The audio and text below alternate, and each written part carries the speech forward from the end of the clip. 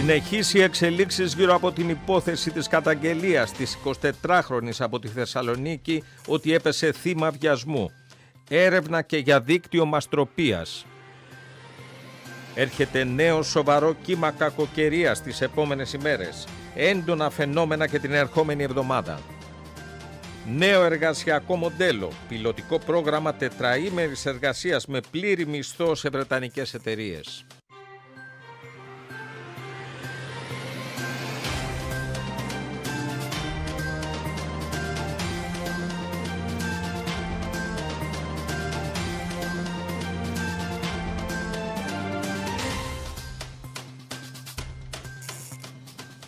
Κυρίες και κύριοι, καλησπέρα σας με τον Κώστα τον Αργυρό και τον Άρη τον Ραβανό και εκλεκτό προσκεκλημένο. Καλησπέρα Άρη, καλησπέρα Κώστα. Καλησπέρα. Έχουμε τον πρόεδρο τον κύριο Φώτη Κουβέλη. Κύριε Πρόεδρε, καλησπέρα και σε εσάς. Να κάνουμε μια συζήτηση, την πρώτη συζήτηση εδώ για τη νέα χρονιά 2022. Πάνε όλα καλά, έτσι, από ό,τι βλέπω. Όχι, εμείς τα βλέπουμε αισιόδοξα πάντα. Εντάξει, η αισιοδοξία μη μας εγκαταλείπει, αλλά από εκεί και πέρα τα μεγέθη καταγράφονται εξαιρετικά αρνητικά και ανησυχητικά. Για μένα την πανδημία δεν συμμερίζομαι τις αισιόδοξες προβλέψεις και απόψεις ότι έχουμε μπει στο δρόμο για να ξεμπερδέψουμε. Αντίθετα, όταν συναντιέται κανείς με το τραγικό νούμερο των 101 νεκρών συμπολιτών μας, δεν μπορεί να εφησυχάζει. Ή όταν το Εθνικό Σύστημα Υγείας βρίσκεται σε οριακή κατάσταση. Μάλιστα. Από εκεί και πέρα τα οικονομικά μεγέθη είναι εξαιρετικά δύσκολα. Δύσκολα στη γενική θεώρησή τους και ακόμη δυσκολότερα στην καθημερινή ζωή. Και αναφέρομαι στον πληθωρισμό του 5,1%, αναφέρομαι στην ακρίβεια, αναφέρομαι στην ηλεκτρική ενέργεια και στο φυσικό αέριο και δεν μπορεί κανείς να αισιοδοξεί όταν η Ελλάδα πληρώνει το ακριβότερο σχεδόν ηλεκτρικό ρεύμα μεταξύ των κρατών μελών της Ευρωπαϊκής Ένωσης. Να πάρουμε Λοιπόν, όμως, να τα πάρουμε τη σειρά. επιδοτούμε ένα ψυγεία τώρα καινούργια. Τι να πάρουμε, συγγνώμη. Επιδοτούμε ένα ψυγεία με λιγότερη κατανάλωση. Άξιες εχμές. Λοιπόν, ωραία. Ποινή δεν θα πει εσείς, Δεν θα κύριε μιλήσω Ραβανέ, άλλο, δεν θα εντάξει. μιλήσει άλλο. Το κόψαμε τον Αργυρό. Λοιπόν, μέλος του Πολιτικού Συμβουλίου του Κόμματος Αξιωματικής Αντιπολίτευσης, Υπουργείο Δικαιοσύνης, πολύ μεγάλη παρουσία, κομβικός τέλεχος Ελληνικής Αριστεράς, ο Φώτης Κουβέλης, αναπληρωτής Άμυνας, Ναυτιλίας, Υπουργός. Ποιο ξέχασα. Το Ναυτιλίας, το Άμυνας και το Δικαιοσύνη. Και το Δικαιοσύνη, το είπα. Λοιπόν, κύριε Ραβανέ, εσείς μέχρι να ηρεμήσει ο κύριος Αργυρός, για τον βλέπω είναι αγριεμένος σήμερα. Εντάξει, εγώ θα πάω με αυτό που είπε ο κύριος Κουβέλης για την οικονομία, το οποίο είναι και πιο σημαντικό νομίζω. Πέρα από την πανδημία, τη διαχείριση της πανδημίας, η οποία έχει τραγικά αποτελέσματα, το έχουμε πει πάρα πολλές φορές και το βλέπουμε και καθημερινά το πώς εξελίσσεται η επιδημιολογική κατάσταση στη χώρα. Αν δούμε κανείς, θα πω λίγο στα χωράφια του Κώστα τώρα, αν δει κανείς λίγο τι γίνεται στη γερμανική οικονομία, θα καταλάβει τι θα γίνει και στην Ελλάδα το επόμενο διάστημα. Πρόσκαιρη ανάκαμψη της γερμανικής οικονομίας είναι τα μηνύματα που έρχονται από το Βερολίνο. Η γερμανική οικονομία έχουμε συρρίκνωση 0,5 έως 1% σε τριμηνία βάση κατά το τελευταίο τρίμηνο. Αυτό για ποιο λόγο γίνεται? Αντίκτυπος της πανδημίας και βεβαίως έλλειψη προμηθειών που επέδρασαν αρνητικά στη γερμανική οικονομία. Όταν λοιπόν μια οικονομία όπως αυτή της Γερμανίας αντιμετωπίζει τέτοια προβλήματα και έχουμε δυσίωνες προβλέψεις για το επόμενο διάστημα, καταλαβαίνει πάρα πολύ καλά κανείς τι θα γίνει το επόμενο διάστημα και στη χώρα, με δεδομένο ότι έχουμε και τις σημαντικές ανατιμήσεις στο λεγόμενο καλάθι της νοικοκυράς και όχι μόνο. Προϊόντα, υπηρεσίες, αγαθά, φυσικό αέριο, ενέργεια και μια σειρά άλλων βεβαίως αγαθών και υπηρεσιών. Το οποίο είναι πάρα πολύ σημαντικό και επηρεάζει άμεσα την ελληνική οικογένεια. Είναι γιατί το λέγαμε και νωρίτερα και πριν ξεκινήσει η εκπομπή για τα κρούσματα που όλοι έχουμε στον περίγυρό μας, το έλεγε ο κύριος Πρόεδρος στις ομιλίες που έχει την περίοδο των εορτών. Όλοι το έχουμε αυτό, το βλέπουμε. Υπάρχει κριτική έντονη για το πώς πορεύεται η κυβέρνηση και το πώς διαχειρίζεται την κατάσταση της πανδημίας, αλλά νομίζω πέρα από αυτό το κρίσιμο είναι η κατάσταση της οικονομίας. Αυτό είναι και κάτι το οποίο θα επηρεάσει πάρα πολύ και τους πολιτικούς συσχετισμούς κατά την προσωπική μου άποψη θα ποινεί το επόμενο διάστημα. Με δεδομένο ότι η ανάκαμψη η οποία προαναγγέλλεται από την κυβέρνηση δεν θα έρθει. Ναι, και εγώ θέλω να προσθέσω σε όλα αυτά. Πρώτον, ότι είχαμε και το Eurogroup εχθές. Σωστά, Κώστα. Όπου φάνηκε ότι μάλλον υπήρξαν έτσι πολύ αισιόδοξες κάποιες προβλέψεις ότι μπορεί να δούμε σημαντικές αλλαγές κτλ. Η στάση της Γερμανίας είναι περίπου αυτή που ήταν πάντα, ότι το Σύμφωνο Σταθερότητας έκανε τη δουλειά του, είναι χρήσιμο, βοηθάει Και ότι τώρα, είπε ο κύριος Λίντνερ, ο νέος Υπουργός Οικονομικών, το ζητούμενο είναι να συμμαζέψουμε το δημόσιο χρέος που σε πάρα πολλές χώρες έχει ξεφύγει λόγω της πανδημίας. Άρα είναι ακριβώς το αντίθετο από αυτό που προσδοκούσαμε. Τουλάχιστον μπορεί να υπάρξει μια παράταση, να δούμε πώς θα πάει και η πανδημία τους πρώτους μήνες του 2022. Αλλά φαίνεται ότι επιστρέφουμε σιγά σιγά στη λογική πάλι της σφιχτής δημοσιονομικής πολιτικής, στη λογική της πειθαρχίας. Και επίσης μην ξεχνάμε, και έχει φανεί αυτό τις τελευταίες εβδομάδες, ότι και οι προσδοκίες ή αν θες οι υποσχέσεις για το τι σημαίνει Ταμείο Ανάκαμψης ήταν μάλλον λίγο υπερβολικές. Τα λεφτά πηγαίνουν σε πολύ συγκεκριμένους τομείς, σε πολύ συγκεκριμένους κλάδους, σε πολύ συγκεκριμένες επιχειρήσεις και με τις τράπεζες να έχουν τον πρώτο λόγο και με πολύ αυστηρές προδιαγραφές. Δηλαδή τα λεφτά θα έρχονται με όρους, με αυστηρούς ελέγχους, με μια, μπορεί να μην τη λέμε μνημονιακή, ας το πούμε λογική και έλεγχο. Εποπτεία, αλλά ουσιαστικά η χώρα μας θα παραμένει σε εποπτεία. Φοροελαφρύνσεις δεν φαίνεται να υπάρξουν για τον κόσμο. Οπότε νομίζω ότι είναι καλό να προετοιμαζόμαστε να ντυθούμε ζεστά, όχι μόνο τις επόμενες μέρες, να ντυθούμε ζεστά γενικώς. Λοιπόν, Πρόεδρε, άρα να ξεκινήσουμε από την πανδημία και μετά θα πάμε και στα εθνικά. Αν συμφωνείτε, θα χρησιμοποιήσουμε και την εικόνα που είχατε όταν ήσασταν αναπληρωτής υπουργός στο Άμυνας. Αύριο είναι η μέρα που έρχονται στην Τανάγρα τα 6 πρώτα Ραφάλ. Θα βάλουμε όλο το πλέγμα των εθνικών μας θεμάτων, βέβαια να τα δούμε και από την πλευρά των εξοπλισμών, των ελληνικών εξοπλισμών. Καταρχάς με την πανδημία. 101 νεκροί. Η Μόσχα, η Ρωσία σήμερα είπε ότι θα επεκτείνει μέχρι την Πρωταπηλιά τα μέτρα. Περιοριστικά μέτρα. Τα περιοριστικά μέτρα. Η Αυστρία και η Γαλλία πάλι. Η Αυστρία επιταχύνει την αυστηροποίηση των μέτρων. Την αυστηροποίηση. Τώρα αυτό το μπρος πίσω, μήπως μας βάζει, θα μου πείτε από την άλλη μεριά, από την κυβέρνηση λένε ότι και τι θα μπορούσαμε να κάνουμε, δεν υπάρχει βούληση να κλείσουμε εντελώς την οικονομία. Αλλά αυτό μπορούμε να το σηκώσουμε επί μακρόν. Δηλαδή είχαμε 1.500 νεκρούς, μέτραγα από την αρχή της χρονιάς. Ναι, είχαμε, νομίζω ότι έχουμε ξεπεράσει τον αριθμό των 22.000. Ναι. Υπάρχουν νομοί στην Ελλάδα, και το σχήμα επιλέγω να το λέω, οι οποίοι έχουν τον ίδιο πληθυσμό. Φανταστείτε έναν μικρό νομό να έχει εξαφανιστεί ανθρωπολογικά. Είναι μια κομμόπολη, 22.000 και παραπάνω. Σας λέω, για να θυμηθώ ένα μικρό νομό, ο νομός Γρεβενών, εκεί κοντά είναι, με βάση το ζωντανό του πληθυσμό. Κομμόπολη λίγο είπα, λανθασμένο. Παραπάνω. Διότι υπάρχει η αντιφατικότητα των μέτρων. Αυτό το μπρος πίσω που είπατε, κύριε Ταλαμάγκα, είναι πάρα πολύ χαρακτηριστικό. Η ενίσχυση του εθνικού συστήματος υγείας δεν υφίσταται, αντίθετα, εκείνο το οποίο υπάρχει είναι η αποδυνάμωσή του. Η επίταξη των υπηρεσιών των ιδιωτών γιατρών. Διαπιστώνει ο καθένας ότι δεν αποδίδει.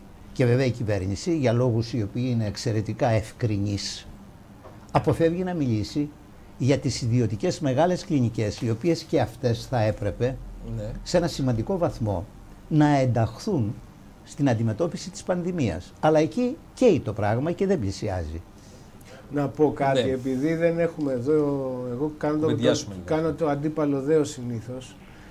Αυτό που λέει, το είπε και ο κύριος Πρωθυπουργός προχθές, νομίζω, στη συνέντευξή του. Το επιχείρημά τους είναι ότι πήραν από το ΣΥΡΙΖΑ όταν ανέλαβαν ένα διαλυμένο ΕΣΥ. Σας κατηγορούν ότι δώσατε ένα διαλυμένο ΕΣΥ. Δεν είναι ακριβές. Ναι. Ο ΣΥΡΙΖΑ είχε αυξήσει τον αριθμό των μονάδων εντατικής θεραπείας.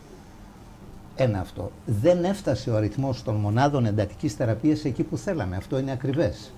Αλλά στη βάση της προηγούμενης κατάστασης, εμείς αυξήσαμε τις μονάδες εντατικής θεραπείας και είχαμε προκηρύξει και καινούργιες θέσεις ιατρικού προσωπικού. Και φτάσαμε σήμερα στο σημείο, ο κ. Μητσοτάκης, η κυβέρνηση της Νέας Δημοκρατίας, να μην μονιμοποιεί τους επίκουρους γιατρούς και να τους διατηρεί σε ένα κλίμα ανασφάλειας. Να μην κάνει ουσιαστικά προσλήψεις για το εθνικό σύστημα υγείας. Δεν κινητοποιείται ο ΣΥΡΙΖΑ, κινητοποιούνται όμως οι ίδιοι οι υγειονομικοί, διότι καταλαβαίνουν, ξέρουν πάρα πολύ καλά ότι το εθνικό σύστημα υγείας συνεχώς εξελίσσεται αποδυναμωμένο. Μήπως έχετε εγκλωβιστεί ο ΣΥΡΙΖΑ σε μια πολιτική που από τη μια κάποιοι σας λένε δεν κάνετε αρκετά αυστηρή κριτική και από την άλλη κάποιοι σας λένε, η κυβέρνηση βασικά, ότι ό,τι και να πούμε εσείς κάνετε κριτική. Ναι. Δηλαδή αυτό φαίνεται πολλές φορές, θα έλεγα, και στις αντιδράσεις πολλών στελεχών του ΣΥΡΙΖΑ, ότι δεν ξέρουν, μήπως πρέπει να κάνω περισσότερη κριτική, μήπως το παρακάνω, δεν έχετε αυτό το πρόβλημα πολιτικά? Όχι, να σας πω και όχι μόνο προσωπικά. Ο ΣΥΡΙΖΑ κάνει την αντιπολίτευση εκείνη η οποία αντιστοιχεί στα πραγματικά γεγονότα. Στις πραγματικές απαράδεκτες πολιτικές επιλογές που κάνει η κυβέρνηση και μάλιστα κάνει την κριτική του, ασκεί την αντιπολίτευσή του ο ΣΥΡΙΖΑ Προοδευτική Συμμαχία σε όλα τα επίπεδα της ασκούμενης πολιτικής. Βέβαια, για να φτάσουμε στο σημείο από την άλλη πλευρά να εισπράττουμε τον επικίνδυνο πολιτικό λόγο όχι μόνο για το ΣΥΡΙΖΑ Προοδευτική Συμμαχία, αλλά για ολόκληρο τον ελληνικό λαό, ότι ο ΣΥΡΙΖΑ είχε ως επιλογή, ακούσατε τον κυβερνητικό εκπρόσωπο, να καταλύσει το πολίτευμα. Και προχώρησε και είπε και κάτι άλλο, ότι το πολίτευμα στην Ελλάδα είναι κοινοβουλευτική φιλελεύθερη δημοκρατία. Δηλαδή, με άλλα λόγια, θέλει ο κυβερνητικός εκπρόσωπος να προσδιορίζει και τον χαρακτήρα της πολιτικής που ασκείται. Και βέβαια ξέχασε ο κυβερνητικός εκπρόσωπος, ξεχνάει η Νέα Δημοκρατία, διότι ο κυβερνητικός εκπρόσωπος λέει ό,τι του λέει η κυβέρνηση, ξεχνάει ότι κατά το Σύνταγμα πάντοτε, επειδή η δική του ήταν η αναφορά, θεμέλιο της κοινοβουλευτικής προεδρικής δημοκρατίας, λέει το Σύνταγμα, είναι η λαϊκή κυριαρχία. Αλλά θέλει να προσθέσει και τον νεοφιλελευθερισμό του, ως στοιχείο και συστατικό του πολιτεύματος. Πού φτάσαμε? Λοιπόν, Άρη. Πάντως αυτό που λέει ο κ. Κουβέλης είναι όντως πρωτοφανές, δεν έχει ακουστεί. Νομίζω, κύριε Πρόεδρε, από το 1974 και μετά. Νομίζω ήταν λίγο άστοχα, ας το δούμε έτσι. Αυτό μπορεί να ξέφυγε. Απλά ξεφεύγουν πολλά, ναι. Μακάρι να είναι έτσι, Βασίλη, μακάρι να είναι έτσι, αλλά πολλές φορές όταν. Δεν ξέφυγε. Νομίζω ότι είναι επιλογή. Επίσημη αναφέρεις αυτόν τον χαρακτηρισμό, προφανώς έχεις κάτι άλλο κατά. Δεν ξέφυγε, ξέρετε γιατί? Διότι όταν προστίθεται στον αφοριστικό και επικίνδυνο λόγο ότι ο ΣΥΡΙΖΑ ήθελε να καταλύσει το πολίτευμα, όταν προστίθεται και ο φιλελευθερισμός ως συστατικό στοιχείο του πολιτεύματος, τότε δεν πρόκειται περί λάθος. Πρόκειται για συγκεκριμένη επιλογή και πού στοχεύει? Στοχεύει στο να παραπληροφορήσει, ενδεχομένως και να τρομοκρατήσει. Τι γλιτώσαμε πια από τον ΣΥΡΙΖΑ, για να φτάσουμε στο σημείο να ακούμε ακόμη και τώρα ότι αν ήταν ο ΣΥΡΙΖΑ, επιτρέψτε μου αυτό, αλλά δεν είναι δικός μου λόγος, δεν θα υπήρχε ούτε χαρτί για την τουαλέτα. Αυτό λένε και αυτό. Το λένε και τώρα. Λοιπόν, Πρόεδρε, για την οικονομία της συζήτησης, Πρόεδρε, κύριε Κουβέλη, εγώ θέλω να θυμίσω ότι κατά το παρελθόν έχουν ακουστεί άλλα επί διακυβέρνησης της προηγούμενης κυβέρνησης του ΣΥΡΙΖΑ, ότι να πιάσουμε τους αρμούς της εξουσίας, τις δομές κλπ. Αυτό θα μπορούσε. Εντάξει. Κοιτάξτε και εδώ, όχι, να εξηγούμε. Οπότε θα μπορούσε ο καθένας να λέει και να κάνει όποια ανάγνωση θέλει από τη μεριά. Θέλετε να σας πω κάτι? Εγώ δεν έχω κανένα πρόβλημα. Και το λέμε σαν έναν άνθρωπο που ξέρουμε πόσο θεσμικός είναι με τα συνταγματικά όρια αυτού του κράτους. Εγώ θα σας μιλήσω και με τα λόγου γνώσεως, αλλά και εμπειρίες. Ο ΣΥΡΙΖΑ πράγματι δεν μπόρεσε να αξιοποιήσει στο βαθμό που ήταν αναγκαίο και επιθυμητό όλη την δομή της διοίκησης. Αυτό δεν λέγεται κατάλυση του πολιτεύματος. Αυτό είναι μια ομολογία. Μια ομολογία που αναφέρεται σε υπαρκτό πρόβλημα, εγώ να προσθέσω, και στην ίδια την αδυναμία του ΣΥΡΙΖΑ να συλλειτουργήσει και να συλλειτουργήσει αποτελεσματικά με το σύνολο των επιμέρους δομών της διοίκησης. Αυτό είναι πασιφανές. Και μάλιστα καταγράφεται και στα απολογιστικά στοιχεία του ΣΥΡΙΖΑ Προοδευτική Συμμαχία για το χρόνο που κυβέρνησε το τόπο. Αλλά είδατε, ο μεταποιημένος λόγος, ο υποκριτικός λόγος τι ήθελε να πει? Ότι ο Τσίπρας ουσιαστικά, ο πρόεδρος του ΣΥΡΙΖΑ, δεν μπόρεσε να ελέγξει τους θεσμούς, δηλαδή να τους καταργήσει. Και ξέρετε, αυτό είναι εξαιρετικά σε σχέση συνάφειας με αυτό που, με άλλα λόγια, επανελήφθη αυτό που λέγαμε λίγο πριν, για το ότι ο ΣΥΡΙΖΑ επέλεξε την κατάλυση του πολιτεύματος. Μάλιστα. Λοιπόν, ωραία, πάμε να βάλουμε, όχι ωραία γι' αυτό, να πάμε πάμε στο επόμενο θέμα. Πάμε να βάλουμε, κύριε Μπιρσίμ, τον κύριο Μητρόπουλο, τον πανεπιστημιακό, τον εργατολόγο, που μίλησε για το πρόστιμο, για τα 100 ευρώ στον Παπαδάκη, ήταν στο Open, πολύ σωστά. Λοιπόν, πάμε να δούμε, το πρόστιμο έκανε και τις ανάλογες δηλώσεις και ο κύριος Πετσιλής, ΑΔΕ. Λοιπόν, θα συσσωρεύεται για όποιον. Πάμε να δούμε τι λέει. Είναι βέβαια να πούμε ότι είναι 50 γιατί είναι ο μισός μήνας και είναι 302.000 που είπατε πολύ σωστά κι εσείς. Άρα λοιπόν αναμένουμε να δούμε πόσοι θα συμμορφωθούν και πώς η κυβέρνηση θα επιβάλλει. Να πούμε όμως στους ενδιαφερομένους ότι δεν είναι ακατάσχετο. Δεν ισχύει αυτό που λένε κάτω από 1250 πάνω. Έχει ειδικό καθεστώς, ειδική πρόβλεψη να μπορούν να εισπράττουν οι εφορίες αφού το καταλογίσουν χωρίς να ισχύει το όριο του ακατάσχετου. Να το ξέρει ο κόσμος για να μην επαναπαυθεί ότι δεν μπορεί να του κατασχεθεί επειδή είναι μικρό το ποσό. Λοιπόν, αυτά είπε και ο κ. Μητρόπουλος. Ισχύει το πρόστιμο από προχθές. Πάντως το κόμμα της αξιωματικής αντιπολίτευσης έχει εκπεφρασμένη θέση του εμβολιασμού, έτσι, ναι. Από τη μήνες τώρα. Ακριβώς. Λοιπόν, Άρη, Παρακαλώ. να πάμε λίγο στα θέματα, αν συμφωνείτε, και Κώστα, να πάμε λίγο στα θέματα της καθημερινότητας. Να δούμε λίγο τα ενεργειακά, την ακρίβεια, το βάλαμε ακροθυγός, πάμε λίγο. Το βάλαμε και πολύ σημαντικό. Λοιπόν, πώς διαμορφώνεται, Πρόεδρε, κύριε Κουβέλη, να το γυρίσουμε λίγο ανάποδα. Αν ήταν η κυβέρνηση του ΣΥΡΙΖΑ σήμερα, πώς θα αντιμετώπιζε αυτό το ενεργειακό, την ενεργειακή καταιγίδα που έχει υπάρξει? Κοιτάξτε, πρώτα δεδομένες πανδημίες. Ναι, θα αναζητούσε φτηνότερη πηγή προμήθειας. Σας είπα λίγο πριν ότι η Ελλάδα αγοράζει ακριβότερα σχεδόν από όλες τις ευρωπαϊκές χώρες ενέργεια. Το δεύτερο, εγώ και ο ΣΥΡΙΖΑ είμαστε υπέρ της μετάβασης στην πράσινη ενέργεια. Ναι. Αλλά η βιασύνη η οποία υπήρξε αναφορικά με το θέμα αυτό οδήγησε στα σημερινά διέξοδα να μην έχουμε πρωτογενή πηγή παραγωγής ηλεκτρικής ενέργειας. Και το τρίτο ζήτημα, πρέπει να επιδοτηθούν νοικοκυριά και επιχειρήσεις και όχι με αυτό το επίδομα που δίδεται για την ενέργεια. Ναι. Διότι αν θέλετε η επιδότηση από το κράτος της κατανάλωσης της ενέργειας θα έχει θετικά αποτελέσματα με την έννοια ότι θα δουλέψουν και οι επιχειρήσεις, διότι τώρα το ενεργειακό κόστος λειτουργεί ως αντικίνητρο παραγωγής. Άμα λέει όμως κάποιος, αγαπητέ Πρόεδρε, κύριε Κουβέλη, ότι και πού να τα βρούμε. Γιατί όταν είμαστε έξω από το χώρο ακούγονται πολλά τραγουδία. Κοιτάξτε, θα σας πω. Πρώτα να σας πω κάτι. Εκκρεμεί ένας λογαριασμός απόδοσης από την κυβέρνηση του κυρίου Μητσοτάκη. Τι έγιναν τα 37 δισεκατομμύρια που αφήσαμε ως μαξιλάρι. Ναι. Θα μας πει πολύ συγκεκριμένα. Έχουν δαπανηθεί. Αν έχουν δαπανηθεί, πόσα δαπανήθηκαν. Πού έχουν δαπανηθεί. Και εάν έχουν δαπανηθεί, με ποιες προτεραιότητες και με ποια στόχευση. Μήπως και σε αυτό το κομμάτι η αντιπολίτευσή σας είναι πολύ, πώς να το πω, μετριοπαθής? Δηλαδή διαβάζω σε εφημερίδες ακόμα και δεξιές να λένε, τώρα βλέπω εδώ τυχαία ένα τίτλο, πόσο κόστησαν τα τεστ, ας πούμε, και πώς τα προμηθευτήκαμε. Για το ΣΥΡΙΖΑ δεν έχω δει να κάνει τόσο πολύ φασάρια για το θέμα. Όχι.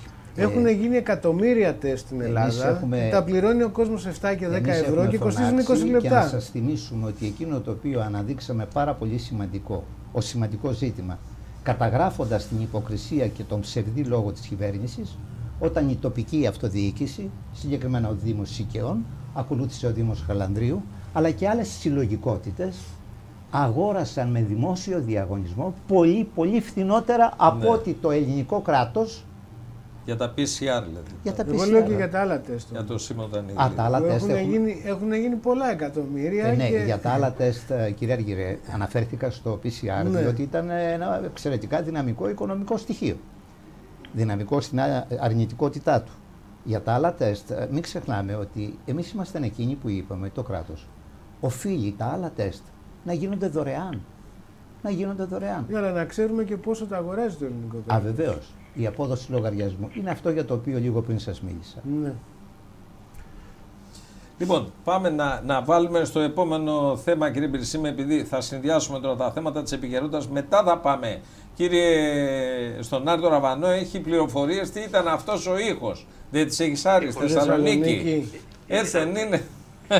Λοιπόν, θα τον βάλουμε και θα βάλουμε και το θέμα. Βάλτε όμως τον κύριο Θοδωρή Κολιδά. Νομίζω είναι από τον ενθουσιασμό του κόσμου για όσα συμβαίνουν στη χώρα. Έχεις κάνει κάτι στον Άρη, στον Κώστα σήμερα, γιατί τον βλέπω λίγο αγριεμένο παραπάνω. Είναι εξαιρετικός ο κύριος. Λοιπόν, έτσι, μπράβο, εξαιρετικός. Λοιπόν, πάμε στον Θοδωρή τον Κολιδά, λοιπόν, που μας δίνει προβλέψεις για το κύμα κακοκαιρίας που έρχεται μέσα στο Σαββατοκύριακο και για την άλλη εβδομάδα. Πάμε να δούμε. Η πρώτη έχει αρχίσει να ξεκινά ήδη από τα βόρεια σήμερα και ολοκληρώνεται αύριο το βράδυ, προς τα ξημερώματα της Πέμπτης θα έλεγα, περνά με ξεροβόρη και κρύο χωρίς σημαντικά φαινόμενα. Δηλαδή κάποιες λίγες βροχές θα έχουμε, ενδεχομένως με μονοπαροδικές χιονοπτώσεις, πολύ λίγα πράγματα όμως στην ανατολική υπηρετική χώρα, περνά χωρίς να μας επηρεάζει σημαντικά. Η δεύτερη διαταραχή έρχεται Σάββατο βράδυ προς Κυριακή με αρκετό κρύο, από ό,τι φαίνεται θα παραμείνει από την Κυριακή μέχρι και τα μέσα της ερχόμενης εβδομάδος. Οι ψυχρές μάζες αυτές που έρχονται και κατεβαίνουν προς τη χώρα μας είναι όντως πολιτικής προέλευσης, δηλαδή ξεκινάνε το μακρινό τους ταξίδι από τη Βαλτική και κατεβαίνουν από Πολωνία μετά νοτιότερα με τη βοήθεια πολύ ισχυρών ανέμων στην ανώτερη ατμόσφαιρα, με τη βοήθεια του πολικού αεροχήμαρου που πάντοτε σε αυτές τις περιπτώσεις κατεβάζει αυτές τις ψυχρές μάζες. Το θέμα είναι το εξής, ότι για να δώσει όποια φαινόμενα, γιατί πάρα πολλοί συζητάνε αν θα κινήσει στην Αθήνα, αν θα κινήσει στη Θεσσαλονίκη, σε διάφορες περιοχές ή όχι.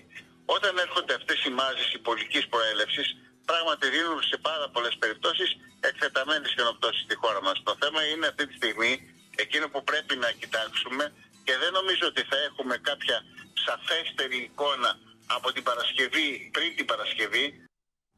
Λοιπόν, αυτά από τον Θοδωρή τον Κολιδά, Διευθυντή Προγνώσεων της Εθνικής Μετεωρολογικής Υπηρεσίας. Λοιπόν, κύριε Ραβανέ, να βάλουμε το θέμα και μετά στο δεύτερο κομμάτι, κύριε Πρόεδρε, πάμε να δούμε τι γίνεται και στο κόμμα της αξιωματικής αντιπολίτευσης. Όμως θα αρχίσουμε, αν συμφωνείτε και συμφωνούν και οι συνάδελφοι, από τα εθνικά θέματα, γιατί αύριο παραλαμβάνουμε τα 6 πρώτα ραφάλ.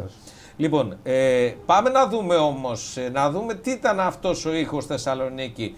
Χρησιμοποιούμε λοιπόν το θέμα και με τις μαρτυρίες των συναδέλφων.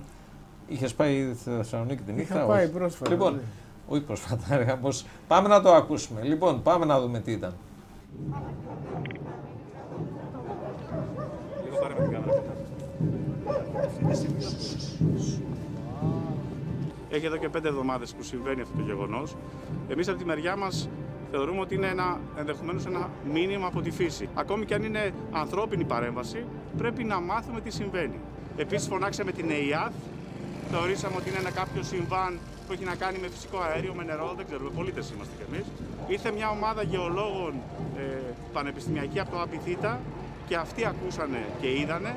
Το θέμα είναι ότι όλοι αυτοί είδαμε στα πρόσωπά τους να έχουν καταγράψει το γεγονός, να αναφέρονται και τρομοκρατημένοι που το ακούνε και κανένας από αυτούς δεν μπόρεσε όμως να δώσει εξήγηση. Όλοι οι πολίτες δεν μπορούν να κοιμηθούν. Φοβούνται, ακούνε, δεν ξέρουμε τι να είναι, μπορεί να είναι κάτι πολύ απλό. Θέλουμε να μάθουμε τι συμβαίνει. Δεν λέμε ότι είναι σόν και καλά κάτι κακό, ούτε να πανικοβληθούμε. Παρ' όλα αυτά υπάρχει το γεγονός και είναι ξεκάθαρο. Εμείς θέλουμε αυτή τη στιγμή να καταλάβουμε τι συμβαίνει και δικαιούμαστε να καταλάβουμε τι συμβαίνει. Αυτό το ρυθμικό τον ήχο τον ακούω.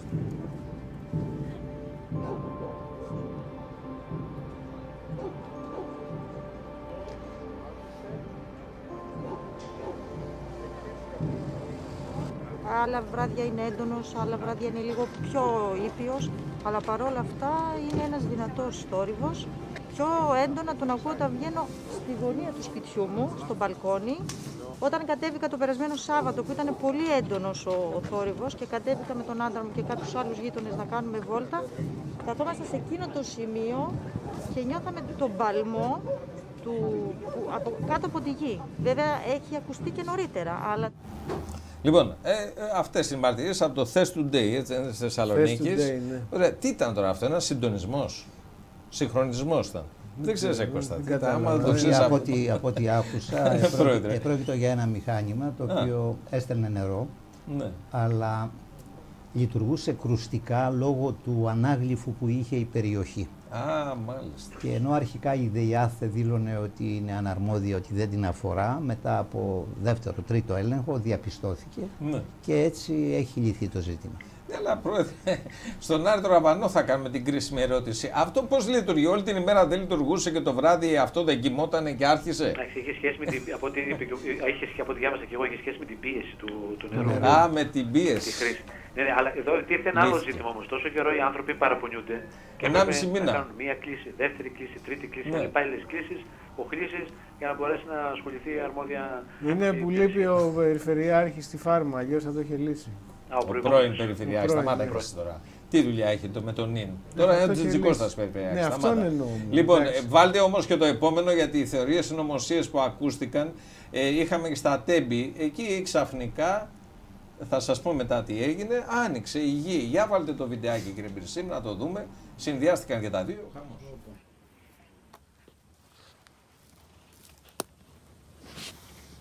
Καλό, και την άλλη μέρα του έχει φάει όλες τις αμυγδαλιές και τα τρύπα.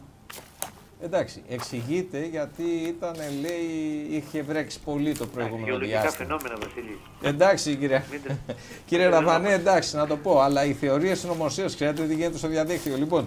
Βασίλη, υπάρχει ο ανορθολογισμός, το λέγαμε και χθες. Ο ορθός λόγος απέναντι στη συνωμοσιολογία, ο ανορθολογισμός, όλη αυτή η θεωρία η οποία αναπτύχθηκε τα τελευταία χρόνια και ενισχύθηκε και με την ιστορία της πανδημίας. Δεν μπορεί να αντιμετωπιστεί εύκολα. Υπάρχει ένα τμήμα της ελληνικής κοινωνίας, της παγκόσμιας κοινότητας, το οποίο είναι σε αυτή τη λογική. Τι να κάνουμε, δεν μπορείς να το αντιμετωπίσεις αυτό. Λοιπόν, σωστά. Το μόνο που μπορείς να κάνεις είναι να επιμένεις στον ορθό λόγο. Δεν μπορείς να κάνεις κάτι άλλο. Σωστά. Λοιπόν, πάμε να βάλουμε ένα βιντεάκι πριν πάμε στο διάλειμμα και επανέλθουμε τον πρόεδρο, τον κύριο Κουβέλη, τον Κώστα τον Αργυρό και τον Άρη τον Ραβανό. Να βάλουμε από το Άγιο Όρος, είναι κάμερα. Όταν χτύπησε ο σεισμός την Κυριακή το μεσημέρι, 1,5 ώρα, 2 παρά ήταν. Πάμε να δούμε την εικόνα.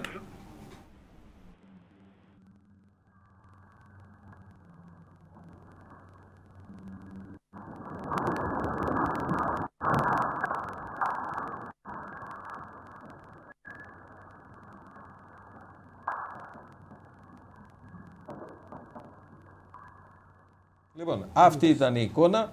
Και να βάλουμε. Μήπως και ο σεισμός επηρέασε και τη Λάρισα που δείξες πριν. Γεωλογικό φαινόμενο. Μόνο η λάσπη. Το βλέπετε, αυτό τραβάμε, κύριε Πρόεδρε, κάθε μέρα. Τι να κάνουμε. Με τον Αργυρό, τι να κάνουμε. Ευτυχώς είναι ο Άρης και μπορούμε και ισορροπεί την κατάσταση. Λοιπόν, δείξτε όμως και τα αγριογούρνα, γιατί τα έχουμε όλα. Έχουμε και τα αγριογούρνα. Εδώ είναι στον κήπο. Δεν είναι κήπο, στην ουσία είναι γρασίδι. Εδώ στην κάτω Κηφισιά. Εδώ κοντά. Στην Μπος, στην εταιρεία. Ναι. Πέρα στα αγριογούρνα το βράδυ, κοιτάξτε την εικόνα. Κοιτάξτε.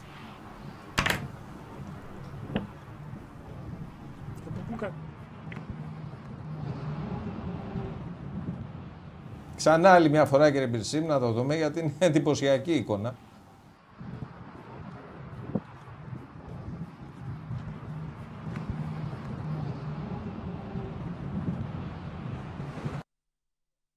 Να δούμε τι άλλο θα μας έβρει. Λοιπόν, να πάμε στο διάλειμμα τώρα και να επανέλθουμε με τον πρόεδρο τον κύριο Κουβέλη. Πάμε στο διάλειμμα. Και επανερχόμαστε με τον πρόεδρο τον κύριο Κουβέλη. Βάλτε και για το διάλειμμα, καθώς πάμε, βάλτε και μία τάκα από τον Δημήτρο Μαρκόπουλο, από το Κυβερνών Κόμμα, που τον είχαμε χθες. Να δούμε τι μας είπε. Πάμε στο διάλειμμα και επανερχόμαστε. Υπάρχουν οικογένειες που αυτή τη στιγμή θρηνούν. Δεν έχουμε έναν χαμηλό αριθμό θανάτων. Ναι. Όπως πλέον όλες οι ευρωπαϊκές χώρες, όλες οι χώρες. Δεν μπορεί λοιπόν κάποιοι να ζουν το μύθο τους. Δεν μπορεί να ζουν το μύθο τους μέσα από αυτή τη διαδικασία. Θέλουμε λοιπόν μια συνετή διαχείριση σε όλα, επικοινωνιακά. Υπάρχουν οικογένειες που αυτή τη στιγμή πραγματικά θρηνούν. Υπάρχουν οικογένειες οι οποίες αγωνιούν. Δεν μπορούμε να κάνουμε ένα ραντεβού χωρίς να φοράμε μάσκες. Τα πράγματα είναι δύσκολα. Δεν μπορεί κάποιοι να ζουν το μύθο τους. Τελεία.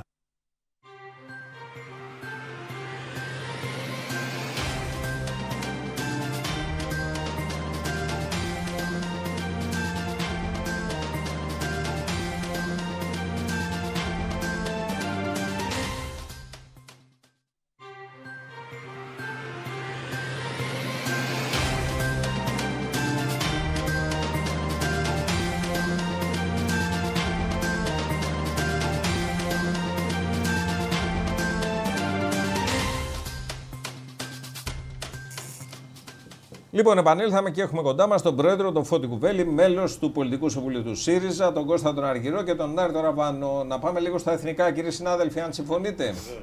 Ωραία, πρόεδρε, πώς διαμορφώνεται η κατάσταση στα εθνικά θέματα, και το λέμε γιατί σε λίγες ώρες, σε κανένα μεσάωρο από τώρα, μπαίνουμε στην ημέρα όπου παραλαμβάνουμε τα Ραφάλ. Κοιτάξτε. Τα ζητήματα της εξωτερικής πολιτικής, και είναι προφανές ότι όλοι αναφερόμαστε όταν μιλάμε για εξωτερική πολιτική, στις ελληνοτουρκικές σχέσεις. Παρατηρείται μια έντονη κλιμάκωση αναφορικά από την επιθετική ρητορική της Τουρκίας, η οποία, αν θέλετε, φτάνει στα άκρα όρια του αναθεωρητισμού, δηλαδή αμφισβητώντας τη συνθήκη της Λοζάνης, την κυριαρχία της Ελλάδας σε πάρα πολλά νησιά, και προσπαθεί αυτή την ώρα να ξαναγράψει τις σχέσεις της με την Ευρωπαϊκή Ένωση αλλά και με την Αμερική.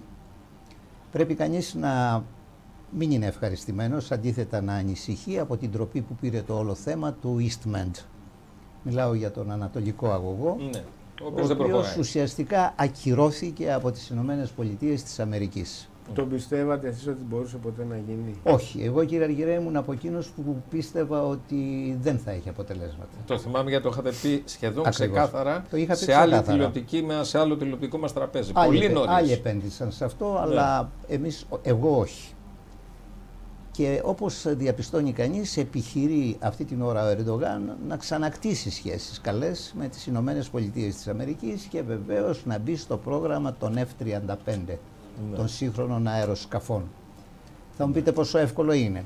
Από την πλευρά της Τουρκίας δεν είναι εύκολο, διότι υπάρχει ένας νόμος και πρέπει να αλλάξει ο νόμος και κυρίως πρέπει να αλλάξει, αυτό ζητάνε οι Αμερικάνοι, η στάση της Τουρκίας έναντι της Ρωσίας, αναφορικά με τους S-400. Αλλά ας μην θεωρήσουμε, ας μην αποδεχτούμε αυτό το οποίο λέει η κυβέρνηση, ότι ο Ερντογάν είναι σε απομόνωση.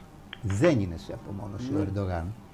Ο Ερντογάν είναι η Τουρκία την οποία διοικεί ο Ερντογάν είναι μια πάρα πολύ μεγάλη χώρα, στην οποία επενδύουν πάρα πολύ, μεταξύ αυτών και πολλά μέλη της Ευρωπαϊκής Ένωσης, κράτη-μέλη. Απόδειξη ότι οι περίφημες κυρώσεις αναφορικά με την Τελωνειακή Ένωση εξαγγέλλονται πάρα πολλές φορές ότι θα αντιμετωπιστούν, θα γίνουν και τίποτε δεν γίνεται. Μέχρι με τη Γερμανία να πω εγώ. Κατά συνέπεια, και με τη νέα κυβέρνηση να πω εγώ. Και με τη νέα κυβέρνηση.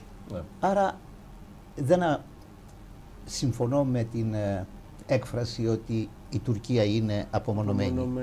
Το είδαμε άλλωστε και με το Καζακστάν, ότι αμέσως έσπευσε ο κύριος Ερντογάν να δικαιολογήσει ουσιαστικά στο πλευρό. Και προσπαθεί να ξανακτήσει, κύριε Αργυρές, τις σχέσεις και με την Αίγυπτο και με τα Εμιράτα και να κρατήσει τις ισορροπίες. Θέλω με άλλα λόγια να πω ότι η Ελλάδα πρέπει να συνεχίσει την πολυεπίπεδη εξωτερική πολιτική, να αναδεικνύει τα ζητήματα χωρίς εφησυχασμούς και χωρίς βεβαιότητες ότι στην οποιαδήποτε ρήξη με την Τουρκία θα έχει όλη την Ευρώπη μαζί της. Και δεν αναφέρομαι μόνο σε πολεμικές συγκρούσεις ή κάτι τέτοιο σχετικό. Αναφέρομαι στις διεκδικήσεις. Και βέβαια πρέπει να αναπτυχθούν διαδικασίες προκειμένου η Τουρκία να οδηγηθεί σε έναν διάλογο, προκειμένου να υπάρξει αυτό που είναι η μόνη λύση, δηλαδή η προσφυγή στο Διεθνές Δικαστήριο της Χάγης. Δεν βλέπω τίποτε άλλο. Σε ό,τι αφορά την αμυντική συμφωνία με τη Γαλλία, εμείς είπαμε ότι εντάξει, οι εξοπλισμοί αναγκαίοι, αλλά όχι με τον τρόπο που έγιναν.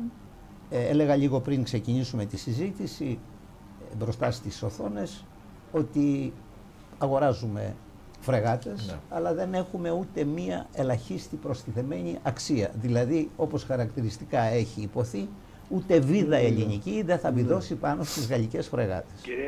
Κύριε Κουβελή, παρακαλώ. Οι εξελίξεις στο ζήτημα του αγωγού EastMed, που είναι και ουσιαστικά μια πρώτη πρακτική ένδειξη για τρόπο λειτουργίας του νέου συστήματος των διεθνών σχέσεων και το τι γίνεται σε περιφερειακό επίπεδο. Μπορεί να επηρεάσει την πορεία των ελληνοτουρκικών σχέσεων ή τις σχέσεις Ελλάδας-ΗΠΑ.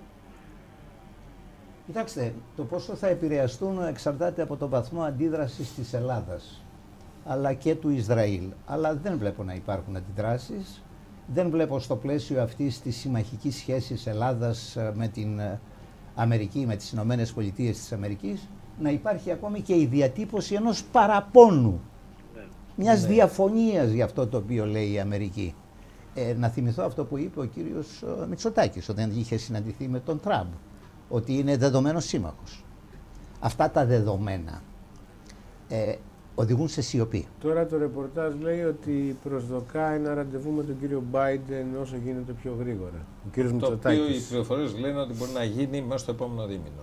Μέσα στο τρίμηνο. Μέσα στο πρώτο τρίμηνο του 2022. Μακάρι να γίνει η συνάντηση αυτή, αλλά δεν μπορώ παρά να σημειώσω ότι το ραντεβού αυτό, αυτή η συνάντηση έχει ζητηθεί εδώ και πάρα πολύ καιρό. Και δεν βλέπουμε ανταπόκριση από την πλευρά του κυρίου Μπάιντεν. Πρόεδρε, αυτό σημαίνει ότι ο τρόπος που τοποθετείται η διοίκηση Biden έναντι της χώρας και έναντι της Κύπρου μπορεί να επηρεάσει και την πορεία του κυπριακού ζητήματος. Μπορεί να έχουμε εξελίξεις που, όπως και ουσιαστικά και να έχουμε μπροστά μας ένα νέο πακέτο προσυζήτηση για διευθέτηση του προβλήματος. Δεν πρέπει κανείς, κύριε Ράβανε, να το αποκλείσει, αλλά εδώ πρέπει να δούμε τι έχουμε. Έχουμε τις επαναλαμβανόμενες αποφάσεις του Συμβουλίου Ασφαλείας του Οργανισμού Ηνωμένων Εθνών για την λύση και πώς πρέπει να γίνει με δικοινοτική διζωνική, και από την άλλη πλευρά έχουμε την δημιουργία τετελεσμένων γεγονότων περαιτέρω κατοχής από την πλευρά της Τουρκίας στη Βόρεια Κύπρο. Και η διεθνής κοινότητα, και μιλάω πάντοτε τώρα για το Συμβούλιο Ασφαλείας, μιλάω για συνολικότερα τον ΟΗΕ και μιλάω ειδικότερα και για την Αμερική, έχει απόλυτη σιωπή. Κάνει γενικές αναφορές και αόριστες πολλές φορές στο ζήτημα του διεθνούς δικαίου. Με έναν έμεσο τρόπο μπορεί να φτάνει και μέχρι την καταγγελία των τουρκικών ενεργειών, αλλά από εκεί και πέρα δεν υπάρχει τίποτε.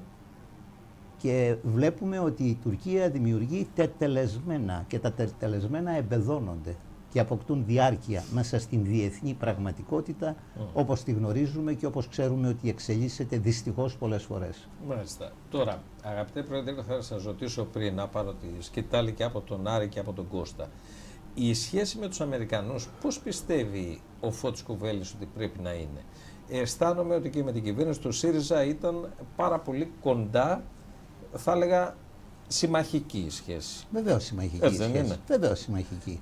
Αλλά ήταν μια σχέση η οποία δεν ισοπαίδωνε την ελληνική άποψη στο πλαίσιο αυτής της συμμαχικής σχέσης.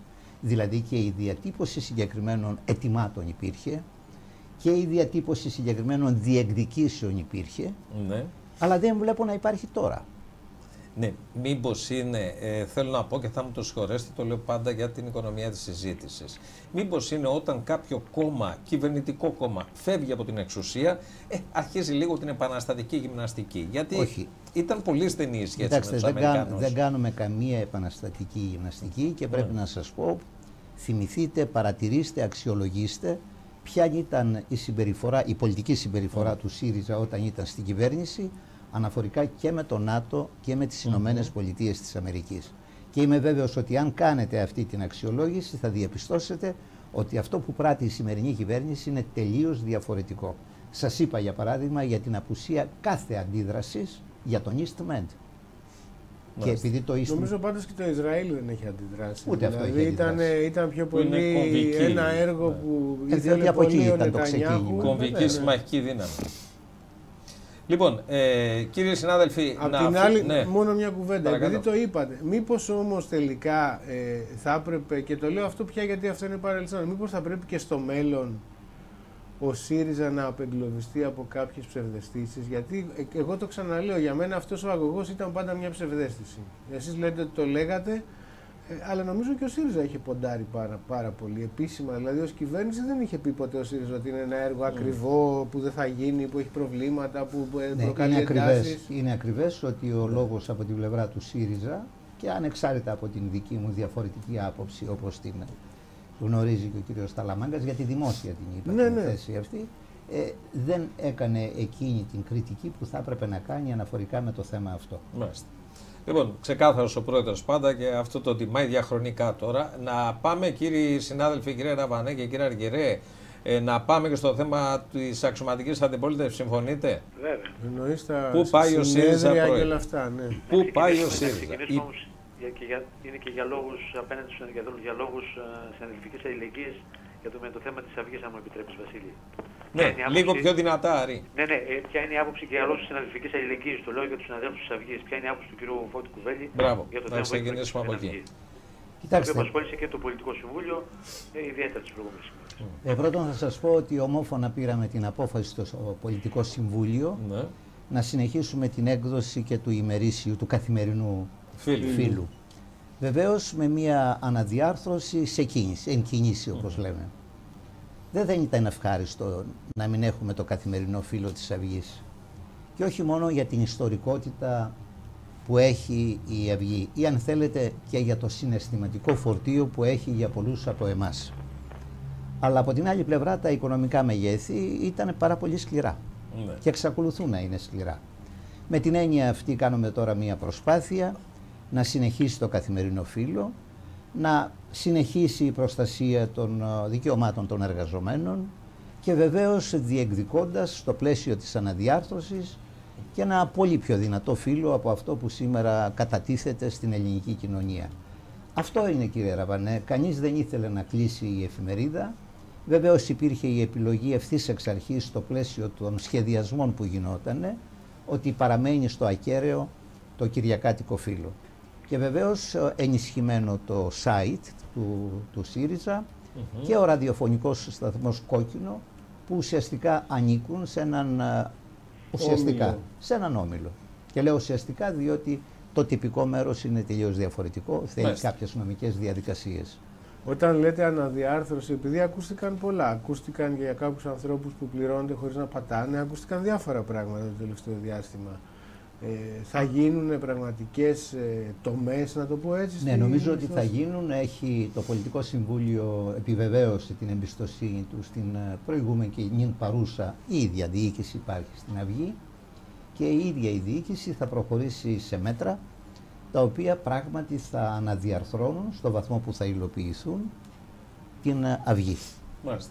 Τώρα, παίρνοντας τη σκητάλη, από εδώ που το φέραμε, ακριβώς από αυτό το σημείο, πάμε να το κάνουμε ερώτημα: πού πάει το κόμμα της αξιωματικής αντιπολίτευσης, ο ΣΥΡΙΖΑ, Πρόεδρε, κύριε Κουβέλη? Υπάρχει αίσθηση σε μία μερίδα του κόσμου που ακολουθεί τον χώρο ΣΥΡΙΖΑ ότι κάτι δεν πάει καλά? Κοιτάξτε, να δούμε πρώτα να μας πούν αυτοί που λένε ότι δεν πάει καλά, τι δεν πάει καλά. Ναι. Δηλαδή, καταρχήν είναι δημοσκοπήσεις που δεν ξέρω αν τις αμφισβητείτε, αλλά φαίνεται ότι ο ΣΥΡΙΖΑ είναι πολύ κάτω από αυτό που πήρε στις τελευταίες εκλογές. Κοιτάξτε, κάτω μπορεί να είναι. Εγώ δεν θα αμφισβητήσω, ούτε θα επιβεβαιώσω δημοσκοπήσεις, ούτε θα πω εκείνο το οποίο λέγεται ότι οι δημοσκοπήσεις στην Ελλάδα εδώ και πάρα πολλά χρόνια δεν έχουν επιβεβαιωθεί. Όλοι έχουμε τις επιφυλάξεις μας. Εντάξει.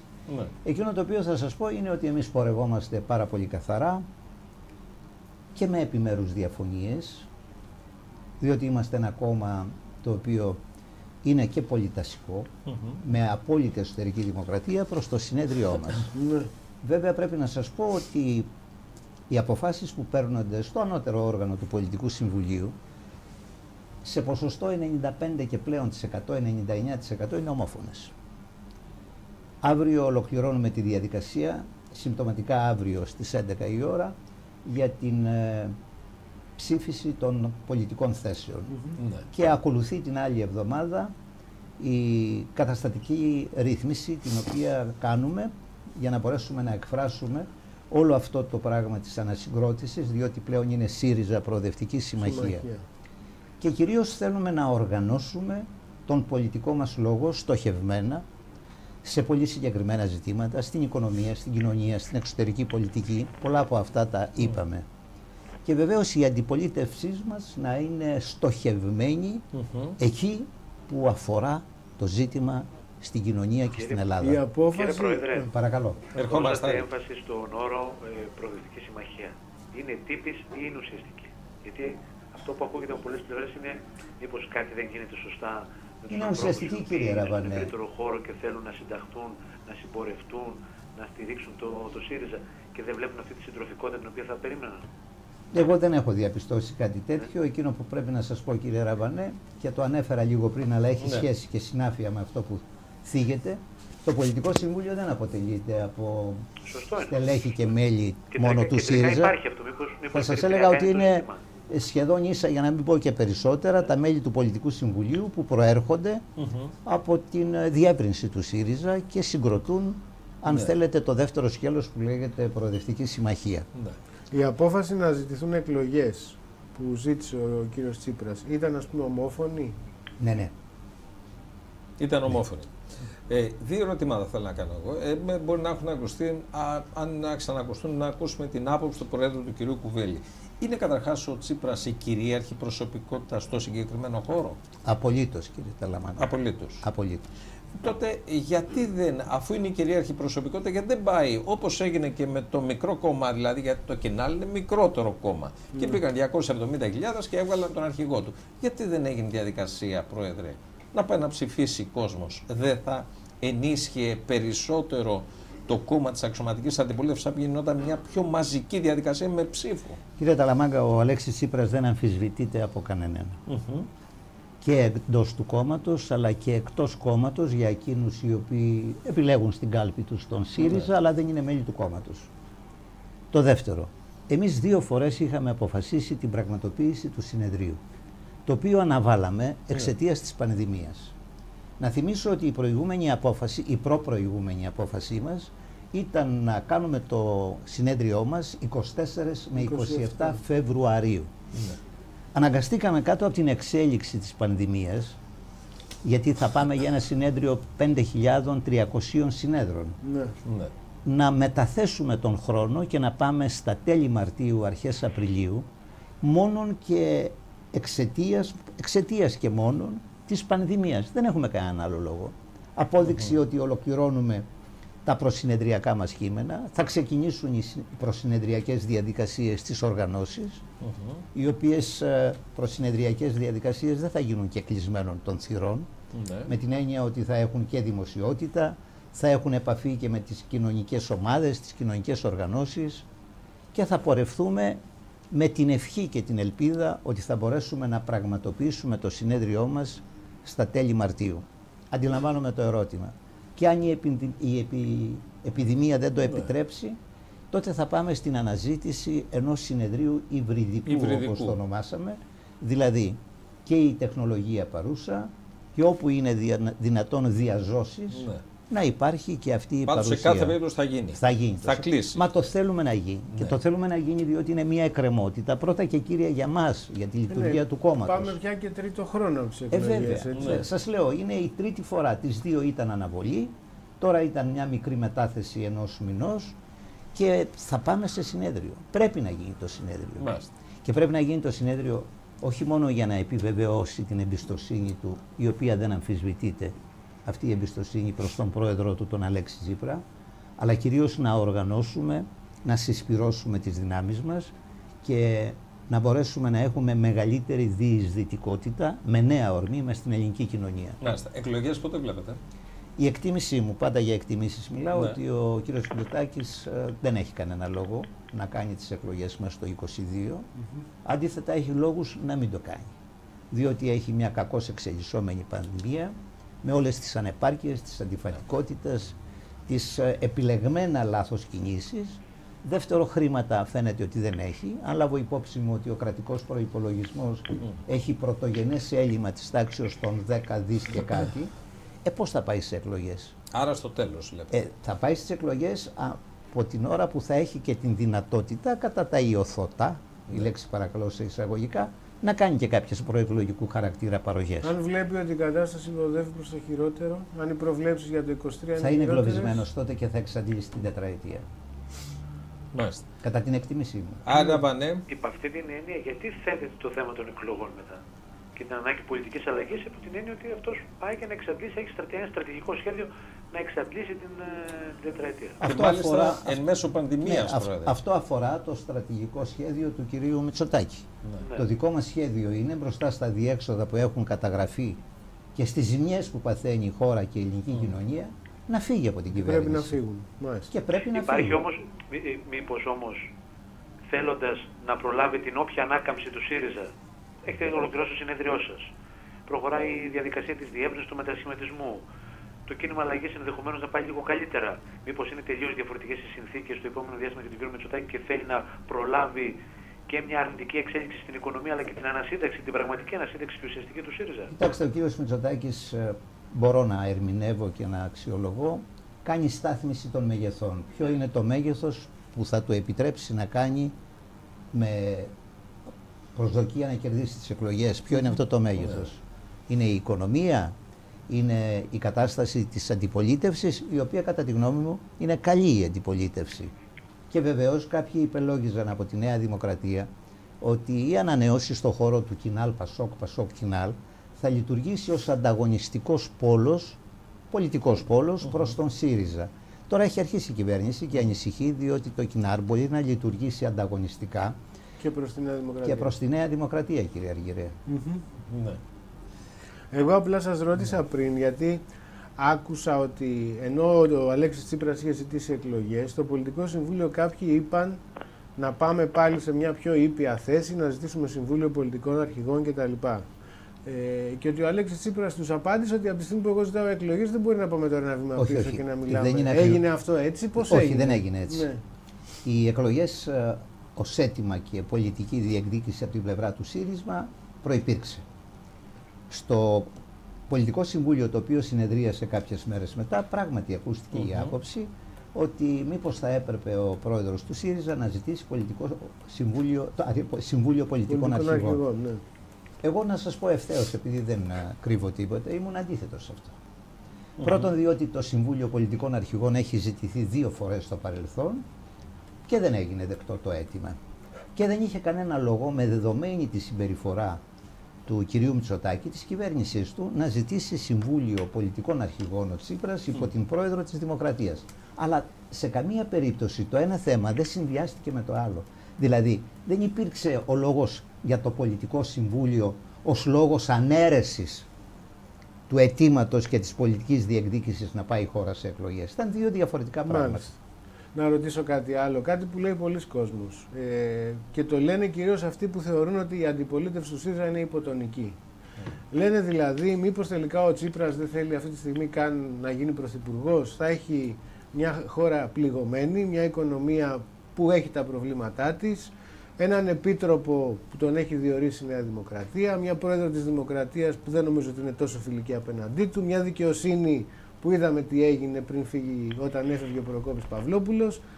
Αυτό που λέγαμε πριν για τους αρμούς και τους θεσμούς. Τέλος πάντων, ένα πλαίσιο αρνητικό, ένα θεσμικό πλαίσιο όχι ιδανικό. Μήπως τελικά ο Αλέξης Τσίπρας δεν θέλει εκλογές και αφήνει το Μητσοτάκη να βγάλει τα κάστανα από τη φωτιά? Όχι, το ρωτάει ο κόσμος αυτό το αντιθέτως, γι' αυτό και με έμφαση και με ένταση διατυπώθηκε και επαναδιατυπώθηκε και θα διατυπωθεί και πάλι ότι η χώρα πρέπει να πάει σε εκλογές για να απαλλαγεί από αυτή την κυβέρνηση.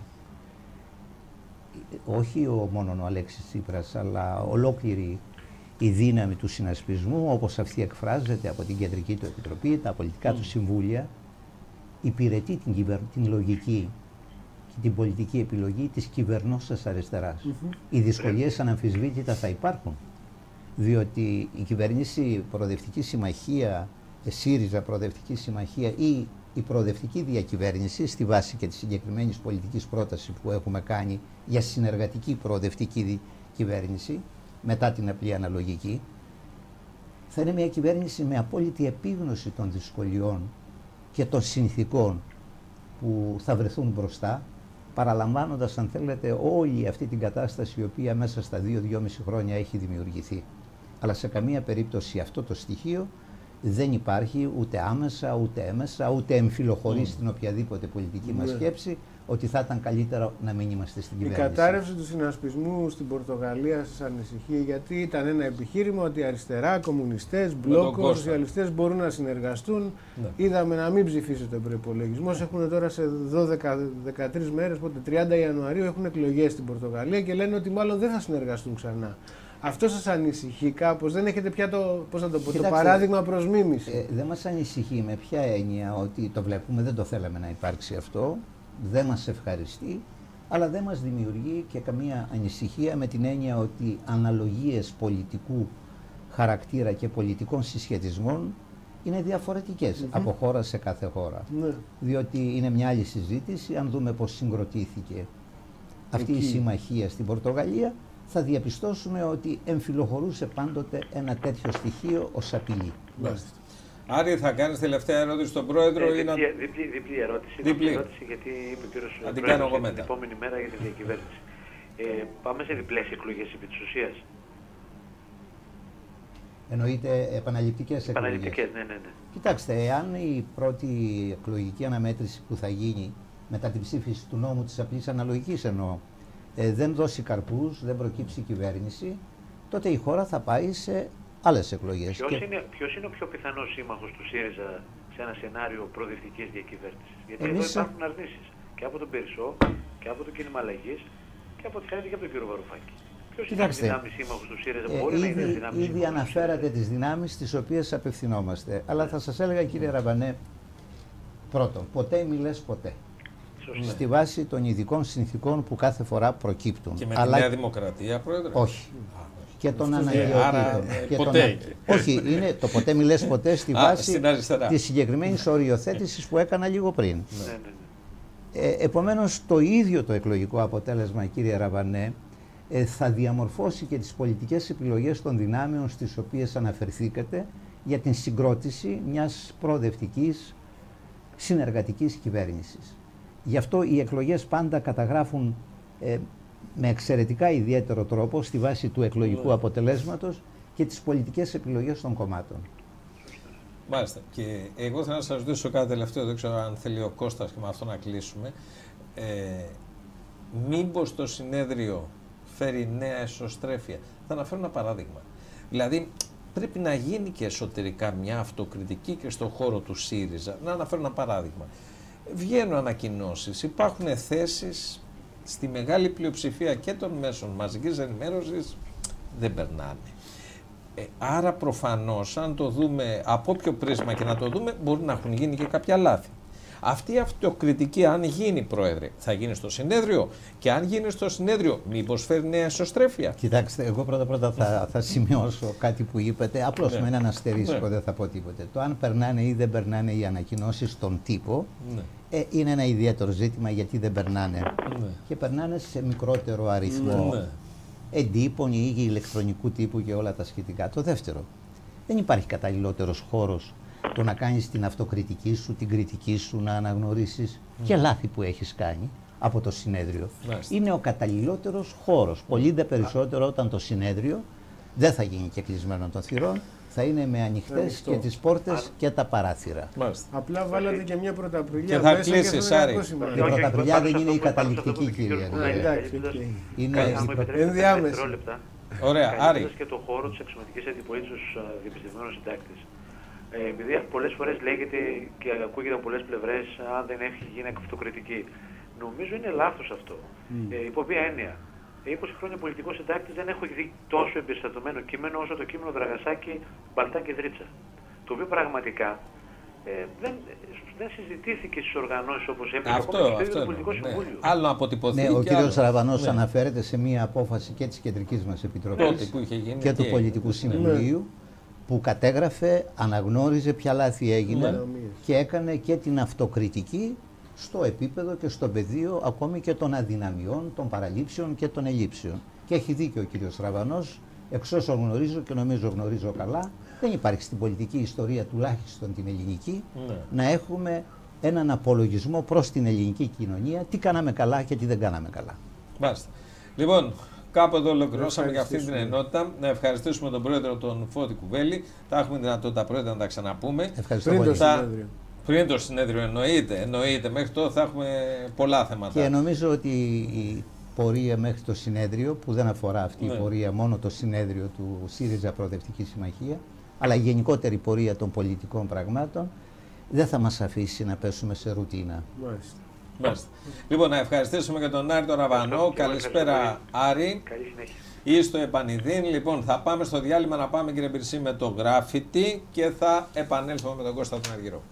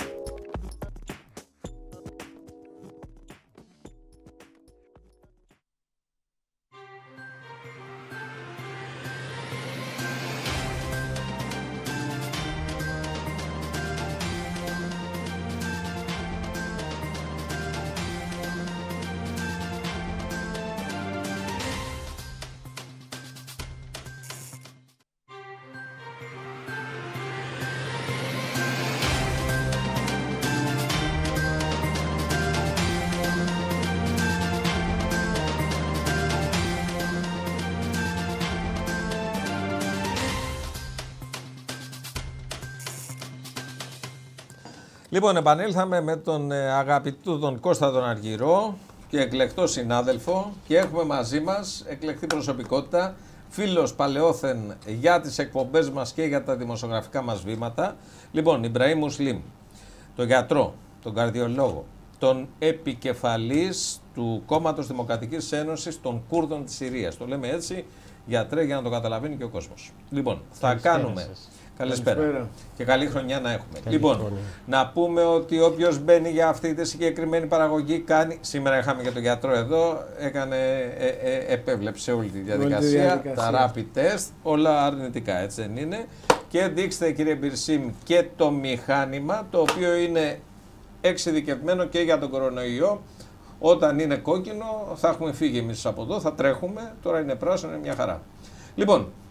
Πάμε παρακάτω. Λοιπόν, θα κάνουμε μια συζήτηση λοιπόν τι γίνεται με το θέμα ενός πολύπαθου λαού, του κουρδικού λαού, το οποίο είναι σε πόσα κράτη. Ή μάλλον πριν πάμε στο Κουρδιστάν, κύριε Αργυρέ, να ρωτήσουμε τον γιατρό που είναι στην Ελλάδα το 1990, αν θυμάμαι καλά, 96, μόνιμα. Πώς πάει η πανδημία? Γιατί είστε μαχόμενος, πώς πηγαίνει η πανδημία? Ευτυχώς καλά πάει. Δηλαδή τα νούμερα αρχίζουν να πέφτουν.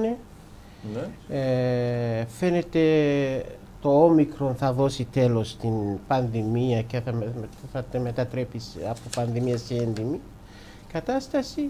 Θα γίνει σαν... Αντιστέκεται όμως η Δέλτα ακόμα, δεν έχει νικήσει η όμικρον τη Δέλτα. Ναι, αλλά τώρα επειδή αυτό φαίνονται, εύχομαι δηλαδή να γίνει αυτό. Γιατί πολλοί κόσμος αρρώστησε, τα νούμερα είναι μεγάλα και έτσι πάμε και πολλοί κόσμος έκανε και το εμβόλιο. Πρέπει να επιστρέψουμε στην κανονικότητα, πιστεύω, από Μάρτιο και μετά. Μετά το Πάσχα. Μάρτιο, ναι, από Πάσχα και μετά. Από το Πάσχα και μετά. Δίνω και ένα τράτο. Να πούμε ότι σήμερα είχαμε μια, νομίζω εγώ, σημαντική παρέμβαση από τον EMA, τον Ευρωπαϊκό Οργανισμό, σε σχέση με τις πολλαπλές δόσεις, έτσι, που είπε ότι ουσιαστικά δεν είναι καλή στρατηγική να κάνουμε επαναλαμβανόμενα συνεχή εμβόλια, θα πρέπει να το δούμε αυτό το πράγμα, ναι, και τέλος πάντων δεν είναι λύση να κάνει συνεχώς εμβόλια στον πληθυσμό. Νομίζω αυτό κάπου αλλάζει λίγο τα δεδομένα, κάπου κόβει τη φόρα του κυρίου Μπουρλά. Τα έχει βάλει ο Κώστας ο Αργυρός με τον Μπουρλά, δεν είναι. Λοιπόν, δεν θέλει διαδοχικές θα γίνει σαν της γκρίπης ή κάποια στιγμή θα βρει ένα εμβόλιο που είναι για όλα μαζί και θα το κάνει ο κόσμος μία φορά το χρόνο. Αυτό θα γίνει. Επίσης, πάντως, ο EMA είπε ότι δεν έχουν συγκεντρώσει επαρκή στοιχεία για τη χρησιμότητα της 4ης δόσης εμβολίου. Νομίζω και στο Ισραήλ αυτό δείχνει εμπειρία στο γενικό πληθυσμό και μάλιστα με τα συγκεκριμένα εμβόλια. Δεν ξέρω αν θα υπάρξει ένα καινούργιο εμβόλιο, εκεί μπορεί να αλλάξουν πάλι τα δεδομένα. Ένα στοιχείο κακό που βγαίνει τώρα μετά από γιατί χρόνια, ότι ένα μεγάλο ποσοστό από αυτοί που θα περάσουν ή νοσήσανε από το COVID θα έχουν καρδιολογικά προβλήματα. Πάμε τώρα στα δικά σας. Ναι, δηλαδή καταρχάς, να τα πάρουμε λίγο με τη σειρά, γιατρέ. Ένας καρδιοπαθής ο οποίος έρχεται στον Ιμπραήμ Μουσλίμ, στο γιατρείο. Του λέτε να κάνει το εμβόλιο? Οπωσδήποτε. Αυτός είναι ο πρώτος που πρέπει να το κάνει. Μάλιστα. Δηλαδή αυτός είναι πρώτος που πρέπει να το κάνει, γιατί άμα γίνει και νοσήσει, δύσκολα είναι θα το βγάλει. Δύσκολα είναι θα το βγάλει. Ενώ με το εμβόλιο θα είναι σχεδόν ασφαλής. Πάμε στο δεύτερο τώρα, κύριε Αργυρέ, σε αυτό που είπε ο γιατρός ο Ιμπραήμ Μουσλίμ. Ότι αν κάποιος καρδιοπαθής θα περάσει COVID, θα δυσκολευτεί. Να κάνω λίγο το συνήγορο του όξου από εδώ που λέμε. Θα δυσκολευτεί αρκετά. Θα δυσκολευτεί. Αρκετά. Ωραία. Αν επειδή υπάρχει μια άποψη από κάποιους επιστημονικές κοινότητες ότι και τα εμβόλια μπορούν να δυσκολέψουν κάποιους. Αυτό τι λέει ο Ιμπραήμ Μουσλίμ, ο καρδιολόγος, ο γιατρός? Κοιτάξτε, τα εμβόλια. Στον καρδιοπαθή. Ναι, τα εμβόλια. Δηλαδή, ακούτε τον άλλο, το πω για τον κόσμο. Θα σας πω ένα παράδειγμα. Ήταν στο γήπεδο, λέει, κατέρευσε, ήταν ο άλλος εκεί, έπεσε. Και δημιουργείται ένα κλίμα. Σε αυτό τι του λέτε? Θα σας πω ένα παράδειγμα από ένα ασθενή μου. Που ήρθε σε μένα και μου λέει, έκανες το εμβόλιο? Όχι. Γιατί δεν έκανες? Γιατί δεν ξέρω τι έχει μέσα. Ναι. Το απάντησα, αυτό το φάρμακο που σου δίνω, το Syndrome, το ξέρεις τι έχει μέσα? Λέει, το ξέρεις ότι είναι ποντικό φάρμακο? Τι ποντικό φάρμακο είναι. Πολύ ποντικό φάρμακο. Ναι, είναι ποντικό φάρμακο το λέω αυτό. Δηλαδή τα φάρμακα δεν θα ξέρουμε τι είναι. Και μετά όλα τα φάρμακα, είτε είναι εμβόλια, ούτε είναι ενέσεις, ό,τι να είναι, έχουν μια παρενέργεια. Είναι όπως εγώ καμιά φορά τους λέω και σαν το αυτοκίνητο. Όλοι οδηγάμε αυτοκίνητο. Κάποιοι κάνουν ατυχήματα. Σημαίνει ότι θα σταματήσουμε να οδηγάμε. Δεν γίνεται. Δεν γίνεται. Το ίδιο είναι με το εμβόλιο. Δηλαδή στο εμβόλιο ένα πόσο είναι, 1 στο 100.000, 2 στο 100.000 θα κάνουν υπερενέργεια. 1 στο 100.000 θα πάθει και αλλεργία από τον τεπών που παίρνουμε με τις χούφτες. Ένα από. Τι μόνο τεπών, τα πάντα παίρνουν. Παναντόλ και άλλα κάποια. Το ποσοστό γαστροραγής από το σαλοσπύρ που παίρνουν όλοι οι καρδιοπαθείς είναι αρκετά μεγαλύτερο. Αλλά παρόλα αυτά τα παίρνουμε αυτά τα φάρμακα. Και το εμβόλιο του είναι το ίδιο. Ενώ με το COVID, άμα νοσήσεις, το ποσοστό ανεβαίνει στα 30 και 40 και σε κάποιους καρδιοπαθείς μπορεί να φτάνει και στα 50 και 60%. Ότι θέμα επιβίωση είναι. Τελικά αυτόν που του είπατε, πώς το Σιτρόν είπατε. Συντρόν. Λοιπόν, τι είναι για καρδιοπάθεια, είναι το χάρτη. Ναι, για καρδιοπάθεια, για βαλβιδοπάθεια. Λοιπόν, αυτός τελικά πιέστηκε, έκανε το εμβόλιο. Δεν το ξέρω, δεν ξέρω. Την άλλη φορά θα ξέρει. Λοιπόν, ωραία. Άρα πιστεύετε ότι πάνε καλά. Πάμε καλά, αλλά δυστυχώς ότι λένε οι μελέτες ότι ένα ποσοστό 30% μπορεί να μας αφήσει μυοκαρδίτιδα. Όχι το εμβόλιο, το COVID. Οι περαιτέρω συνέπειες. Και αυτό έχουν βγει κάποιες οδηγίες από Αμερικανική καρδιολογική εταιρεία, από Ευρωπαϊκή καρδιολογική εταιρεία σχέση με τις. Δηλαδή οι καρδιολόγοι πρέπει να κάνουν ένα πλήρη έλεγχο στον ασθενή του μετά από το COVID. Πόσο καιρό μετά, γιατρέ, πρέπει να γίνει αυτός ο έλεγχος? Ένας έχει περάσει COVID το Γενάρη. Μετά πόσο καιρό πρέπει να κάνει να δούμε αν είναι όλα καλά? Στο 1 μήνα θα πρέπει να το κάνει. Φαίνεται. Φαίνεται αμέσως. Κάποιοι το αισθάνονται. Δεν μπορεί να εμφανιστεί δηλαδή μετά από 6 μήνες, 7. Όχι, θα έχει περάσει. Είναι αυτό, αλλά στο 1 μήνα πολλά πράγματα θα φαίνονται. Στο τεστ κοπόσεως φαίνεται, θα φανεί. Πρέπει να κάνουν τεστ κόπωση, πρέπει να βάλουν και χόλτερ, πρέπει να κάνουν και τρίπλεξ καρδίας. Ναι. Γιατί κάνουν και αριθμίες. Και τρίπλεξ, ναι. Ειδικά αυτοί που θα πάνε να ασχολούν με.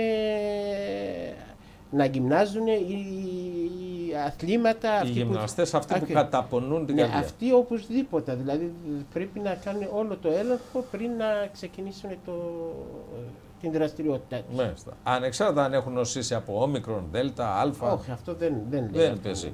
Και πολλές φορές δεν ξέρουμε από τι νοσήσαμε. Κύριε Αργυρέ.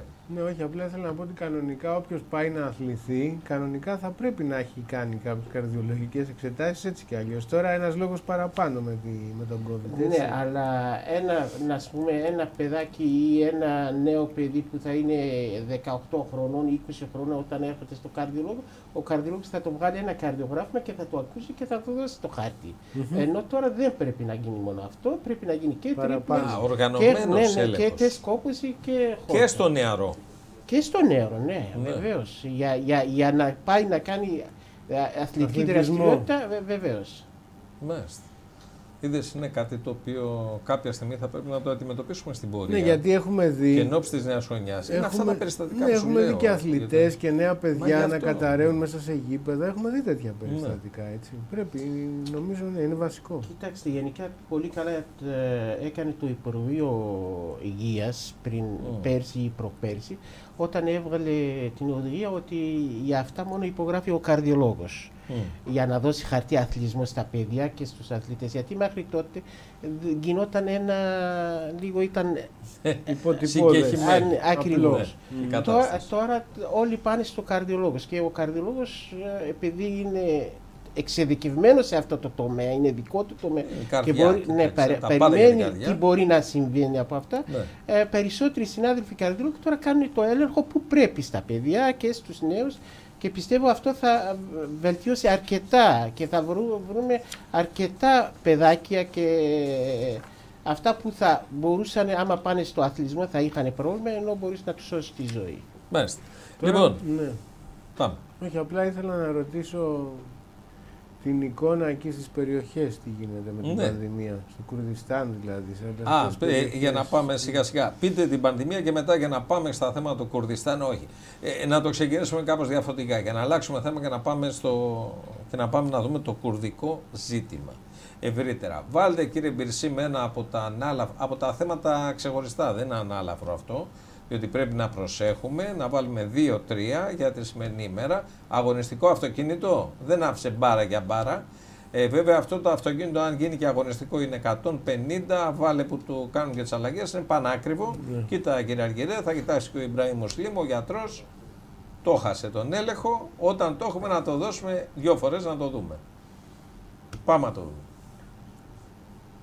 Το έχουμε. Πάμε.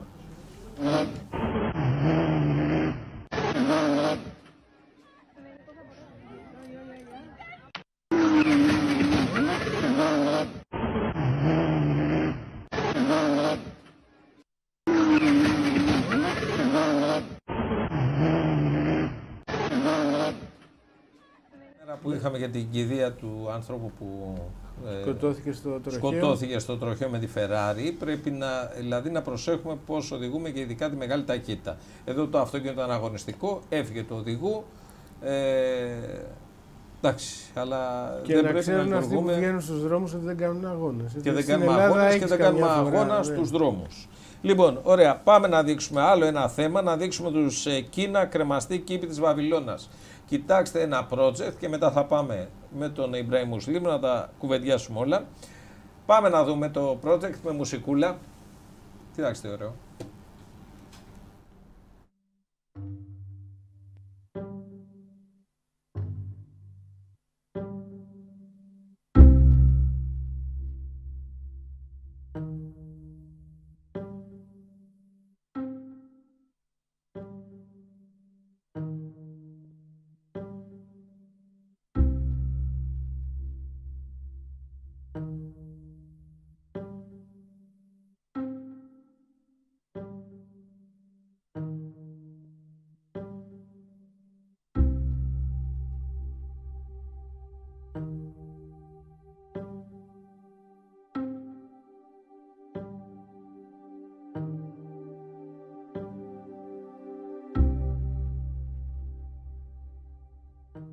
Ποτίζει όλα αυτά. Τώρα ποιος το ποτίζει είναι το θέμα. Είναι εντυπωσιακό. Είναι πολύ εντυπωσιακό. Ξέρω, Σουντόκ, Βόρεια Κίνα, κρεμαστεί. Ωραίο. Βρέχει πολύ μάλλον. Είναι, αλλά ποιος. Δεν ξέρω να βρέχει, αλλά πρέπει να βρέχει, γιατί αλλιώς. Να το βλέπουμε είναι ωραίο. Τώρα τον Κυπουρό, πόσους Κυπουρούς θα έχει. Τον Κυπουρό σκέφτομαι, ναι. Λοιπόν, πάντως ωραίο το project. Λοιπόν, επειδή είναι κομμουνισμό δεν πειράζει, εκεί το βρίσκω. Είναι ιδιαίτερος κομμουνισμός πια στην Κίνα. Λοιπόν, να δείξουμε από το Ντουμπάι, αφού πάμε σε αραβικές χώρες, ένα αυτοκίνητο που αρέσει πολύ στον κύριο Αργυρό. Για δείξτε το, είναι πολύ ιδιαίτερο. Για να το δω.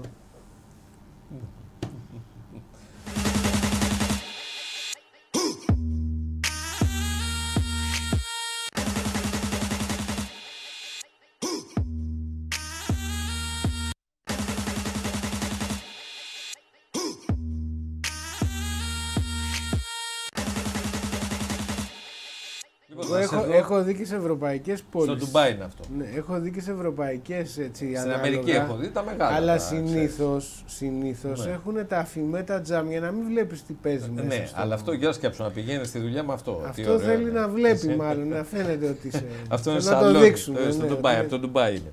Λοιπόν, δείξτε και τη διάσωση σκύλου από το ποτάμι, που ένα βίντεο έχει κάνει πάρα πολλά χτυπήματα στα social media. Πάμε να το δούμε, κύριε Μπιρσίμ.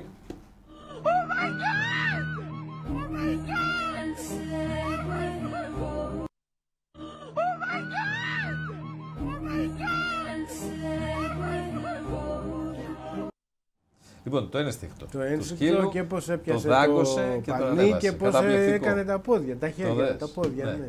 Λοιπόν, πάρα πολύ ωραίο βίντεο, από αυτά που μας αρέσουν. Βάλτε και τον πανέξυπνο τον παπαγάλο. Για δείξτε το, είναι πολύ ωραίο.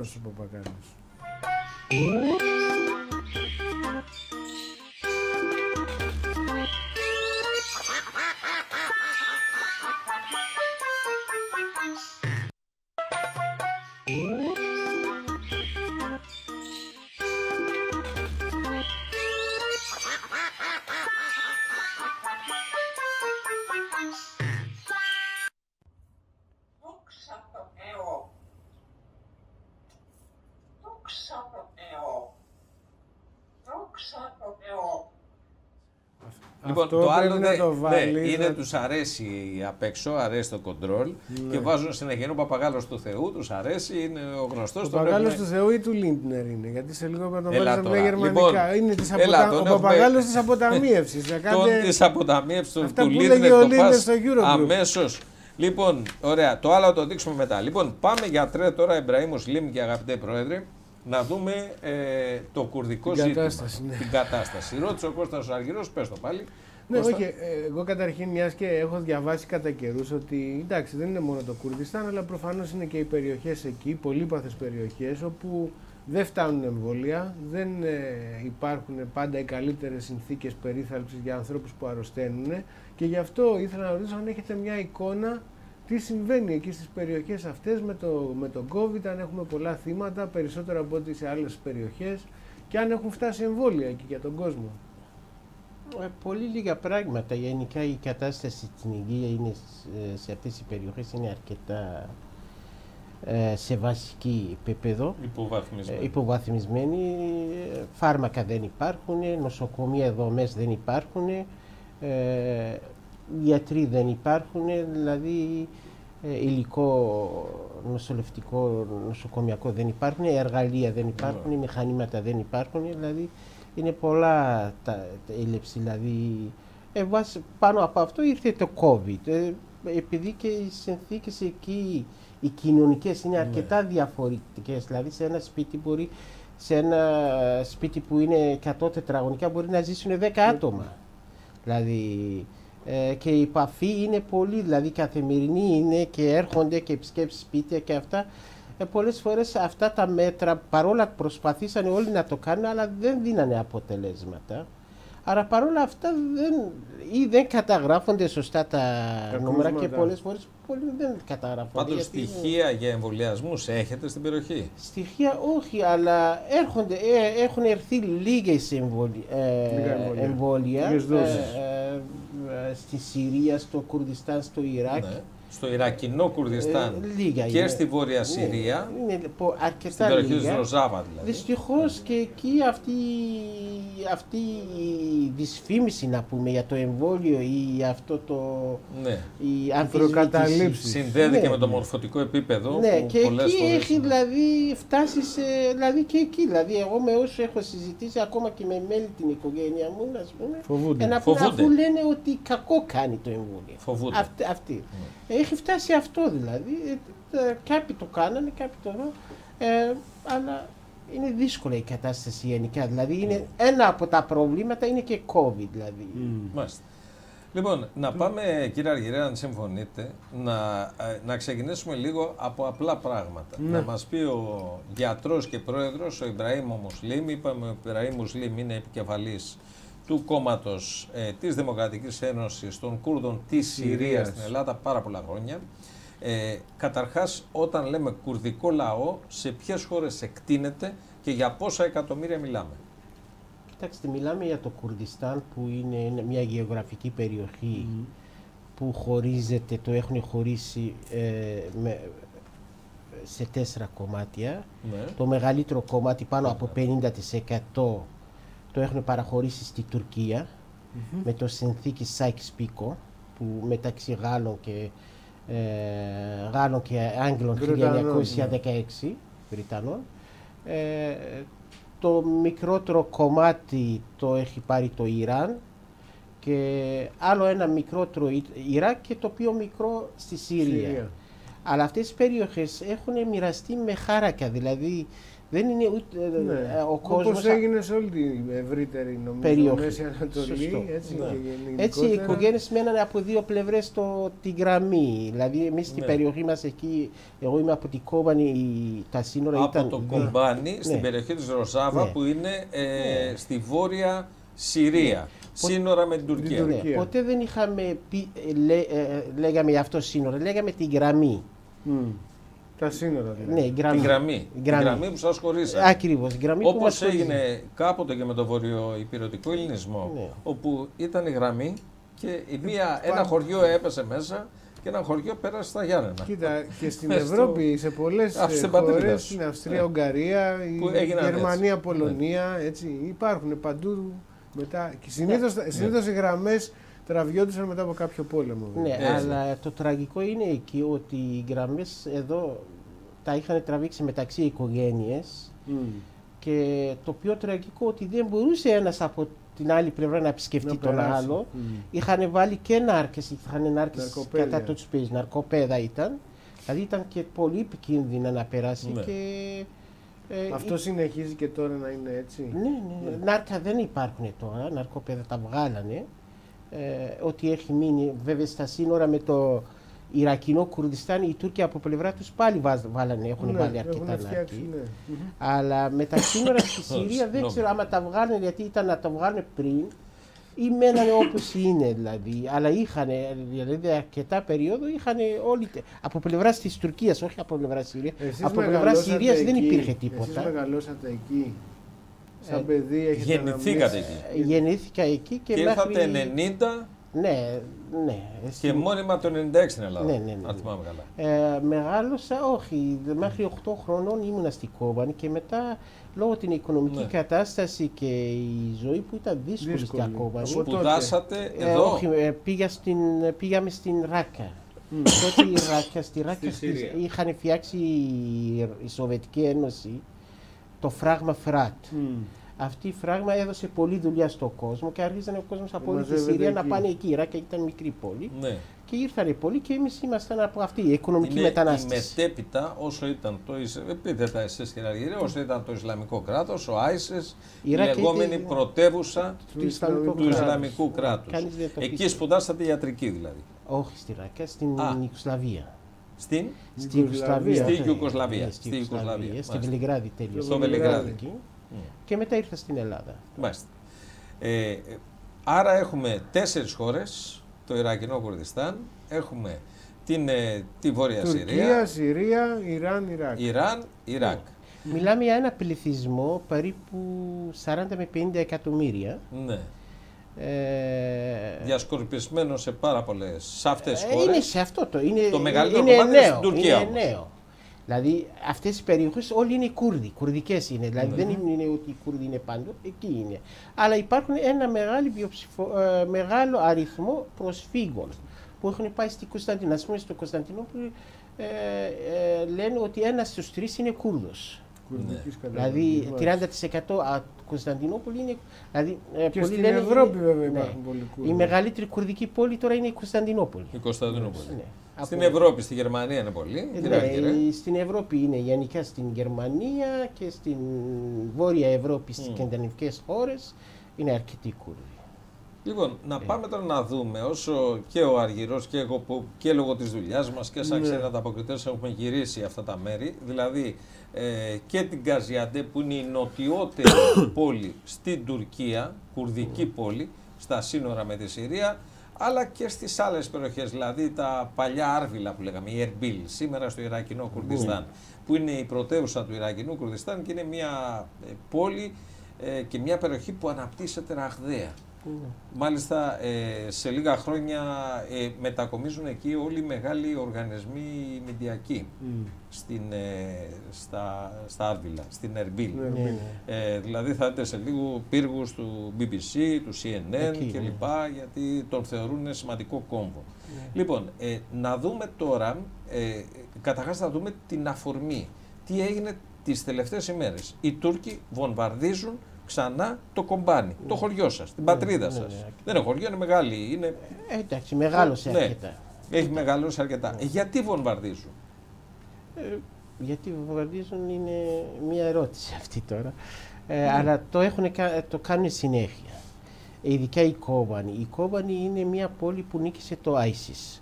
Δηλαδή όταν πήρε το Ισλαμικό κράτος τη φόρα του και πήρε την Μουσούλη και από όλα τα όπλα που πήρε από τη Μουσούλη και από το Συριακό στρατό πήρε τη Ράκα και αυτά, και με αυτή τη φόρα, με αυτά τα όπλα, με αυτά τα χρήματα ξεκίνησε μια μεγάλη επίθεση κατά τη Κόβανη. Και εκεί παίζονταν ο μέλλον της ανθρωπότητας. Γιατί άμα είχε νικήσει το Ισλαμικό κράτος τότε, δεν ξέρουμε πού θα είχε φτάσει. Το ντόμινο θα είχε φτάσει σε όλη τη Μέση Ανατολή, όχι μόνο αυτό. Εκεί οι Κούρδοι αντάρτες, το κουρδικό λαό εκεί κατάφερε και να το σταματήσει. Σταμάτησε το Ισλαμικό κράτος, νίκησε το Ισλαμικό κράτος και άρχισε την αντίστροφη μέτρηση για το Ισλαμικό κράτος από την Κόμπανη. Από το Κομπάνι. Ναι. Ένα από τους λόγους που ο Ερντογάν δεν τους θέλει είναι ότι τους θεωρεί επεύθυνοι γιατί δεν έγινε χαλιφάτος. Γιατί με την νίκη του Ισλαμικό κράτος και εξάπλωση του σε όλη την Μεσοανατολή, ο Ερντογάν θα ανακοινώνει χαλιφάτο, γιατί αυτό ήθελε ο Ερντογάν. Χρησιμοποιώντας και τις τοπικές πολιτικοφυλακές, τους τουρκογενείς που είναι εκεί, για να είναι φιλικοί προς το καθεστώς της Τουρκίας. Ακριβώς. Αυτό δεν έγινε. Αυτό είναι από μια αιτία που... Το δεύτερο είναι ότι η Ερντογάν συνέχεια αμφισβητεί το κουρδικό ή την ηγεσία που έχει φτιάξει η λαοί στην περιοχή, στη Βόρεια Συρία, το Ρojava. Εκεί αυτοί οι άνθρωποι τώρα ζουν σε συνθήκες αυτές οι πόλεμο, είναι η καλύτερη περιοχή στη Μέση Ανατολή. Από πλευράς δημοκρατίας, από πλευράς ελευθερίας, από πλευράς ακόμα και οικονομικά, δηλαδή οικονομικά παρόλα όλοι τους πολεμάνε, όλοι, όταν λέμε όλοι, κυριολεκτικά εννοούμε όλοι, παρόλα αυτά ο βιωτικός επίπεδο στην Ρojava είναι 2 και 3 φορές καλύτερο από το βιωτικό επίπεδο στο Δαμασκό. Στην πρωτεύουσα της Συρίας. Ναι, η Ροζάβα, να λέμε για τους φίλους που δεν το ξέρουν, είναι η περιοχή στα σύνορα Τουρκίας-Συρίας, κάτω από την Τουρκία η Βόρεια Συρία. Ακριβώς. Με πρωτεύουσα θα λέγαμε την Κομπάνι. Όχι, η πρωτεύουσα είναι η Κάμσλι. Εντάξει, η μεγαλύτερη πόλη όμως δεν είναι. Όχι, η Κάμσλι είναι μεγαλύτερη. Η Κάμσλι. Είναι πιο ανατολικά. Απλά το Κομπάνι είναι η εμβληματική. Η Κομπάνι έχει γίνει το σύμβολο. Το σύμβολο, το σύμβολο του αγώνα, θα λέγαμε. Και βεβαίως όσο οι Κούρδοι μάχονταν το Ισλαμικό κράτος, είχαν, πώς να το πω, και την αναγνώριση και τη στήριξη των Αμερικάνων. Τους χρησιμοποίησαν πολλοί Αμερικάνοι. Τους βρήκαν πάρα πολύ χρήσιμους τότε τους Κούρδους για να αντιμετωπίσουν το Ισλαμικό κράτος, έτσι. Στη συνέχεια τους εγκατέλειψαν από ό,τι ξέρω. Εγώ να σας πω κάτι, εγώ δεν συμφωνώ στην όρος χρησιμοποίησανε. Δεν μας χρησιμοποίησαν με την έννοια, δεν μας στείλανε αλλού. Δεν πήγαμε στο Αφγανιστάν να πολεμάμε. Υποστηρίξατε ούτε πήγαμε τον τόπο στην σας. Λιβύη. Εμείς παλέψαμε για την πατρίδα μας. Και εκείνη την ώρα εμφανίζεται ένας καλός κύριος και λέει να σας βοηθήσω. Και βεβαίως θα μας βοηθήσει. Δηλαδή, για την ώρα. Αν αλλάξει τάση βλέπουμε. Τους άλλαξε. Και έτσι δηλαδή εκεί που ζητήσαμε βοήθεια από όλους, οι εκκλήσεις για βοήθεια από την Κόμπανη που είχε φτάσει, το ξέρω πολύ καλά που είχε φτάσει, δηλαδή παλιότερα ο πατέρας μου ο Σεχρομούλης είχε ένα μαγαζί εκεί στην Κόμπανη και είχε φτάσει το μαγαζί. Δηλαδή είχε φτάσει να είχε μείνει μια λωρίδα από 200 μέτρα σε μήκος 500 μέτρα. Αυτό έχει μείνει η Κόμπανη. Με 200-300 ίσως και λιγότεροι μαχητές που δεν είχαν τίποτα πια. Εκεί σε αυτή την συγκυρία εμφανίζονται οι Αμερικανοί και βοηθάνε. Η έκκληση έχει γίνει πριν για όλους, όχι μόνο. Δηλαδή είχαν ζητήσει η ηγεσία έκκληση από Δαμασκό, από Συριακό καθεστώς. Από τον Άσαντ. Ναι, από την Ρωσία. Δεν είχε βοηθήσει κανείς. Ξεκινάνε οι Αμερικανοί, στέλνουν πρώτη φορά με αεροπλάνα, ρίξανε όπλα πάνω και γίνεται αυτή η συνεργασία όπου οι Αμερικανοί ήταν ξεκάθαροι και με εμάς. Έχουμε μια στρατιωτική συνεργασία ανάντι το ISIS, την τρομοκρατία. Ναι, κοινός αντίπαλο. Δεν έχουν πει οι Αμερικανοί ότι ελάτε παιδιά, σας αγαπάμε και θα σας φτιάξουμε και ένα ωραίο κράτος και αυτά. Αυτά δεν μας Άρα δεν περιμένατε κράτος. Όχι, τους ξέρουμε και αυτά. Και αυτό είναι μια συνεργασία. Βέβαια, όταν έφυγε ο Τραμπ, Και αυτό ήταν προδοσία. Γιατί είχαν όταν έφυγε από τις περιοχές ο Τραμπ. Ακριβώς. Γιατρέ, θα ξεκινήσουμε μετά το διάλειμμα από αυτό το σημείο. Ναι.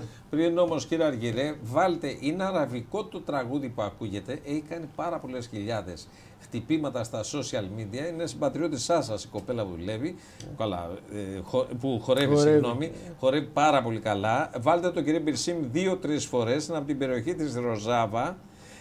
Αραβικό τραγούδι με το κουρδικό χορευτικό στυλ. Βάλτε το 3 φορές. Πάμε στο διάλειμμα και πανερχόμαστε με τον γιατρό και τον Ιμπραήμ τον Μουσλίμ και τον Κώστα Αργυρό.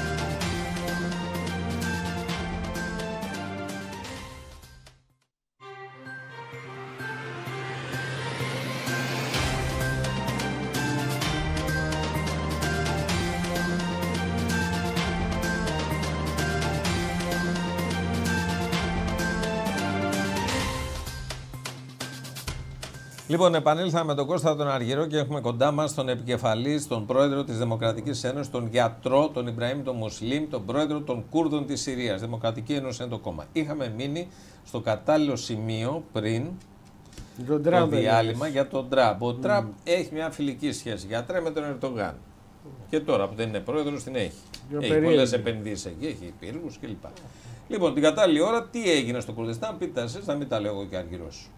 Κοιτάξτε, δυστυχώς ψήφισαν ένα πρωί οι Αμερικάνοι και λέει φεύγουν. Εκτός από το Τραμπ ήταν και ο Τζίφερ που ήταν επιστελμένος στην Αμερική για την Μέση Ανατολή και αυτός είναι φίλο-Τούρκος και μαζί με το Τραμπ είχαν φτιάξει, δηλαδή μαγειρέψανε αυτό που έγινε, παρόλα ότι πριν μερικές μέρες είχε γίνει συμφωνία μεταξύ Αμερική και κουρδικές ησίες και είχαν βάλει.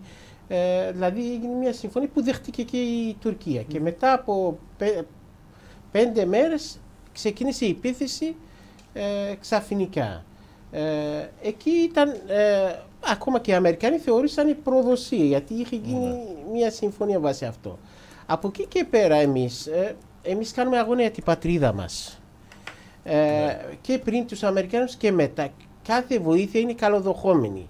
Είχαμε ζητήσει βοήθεια από όλους και ξαναλέω.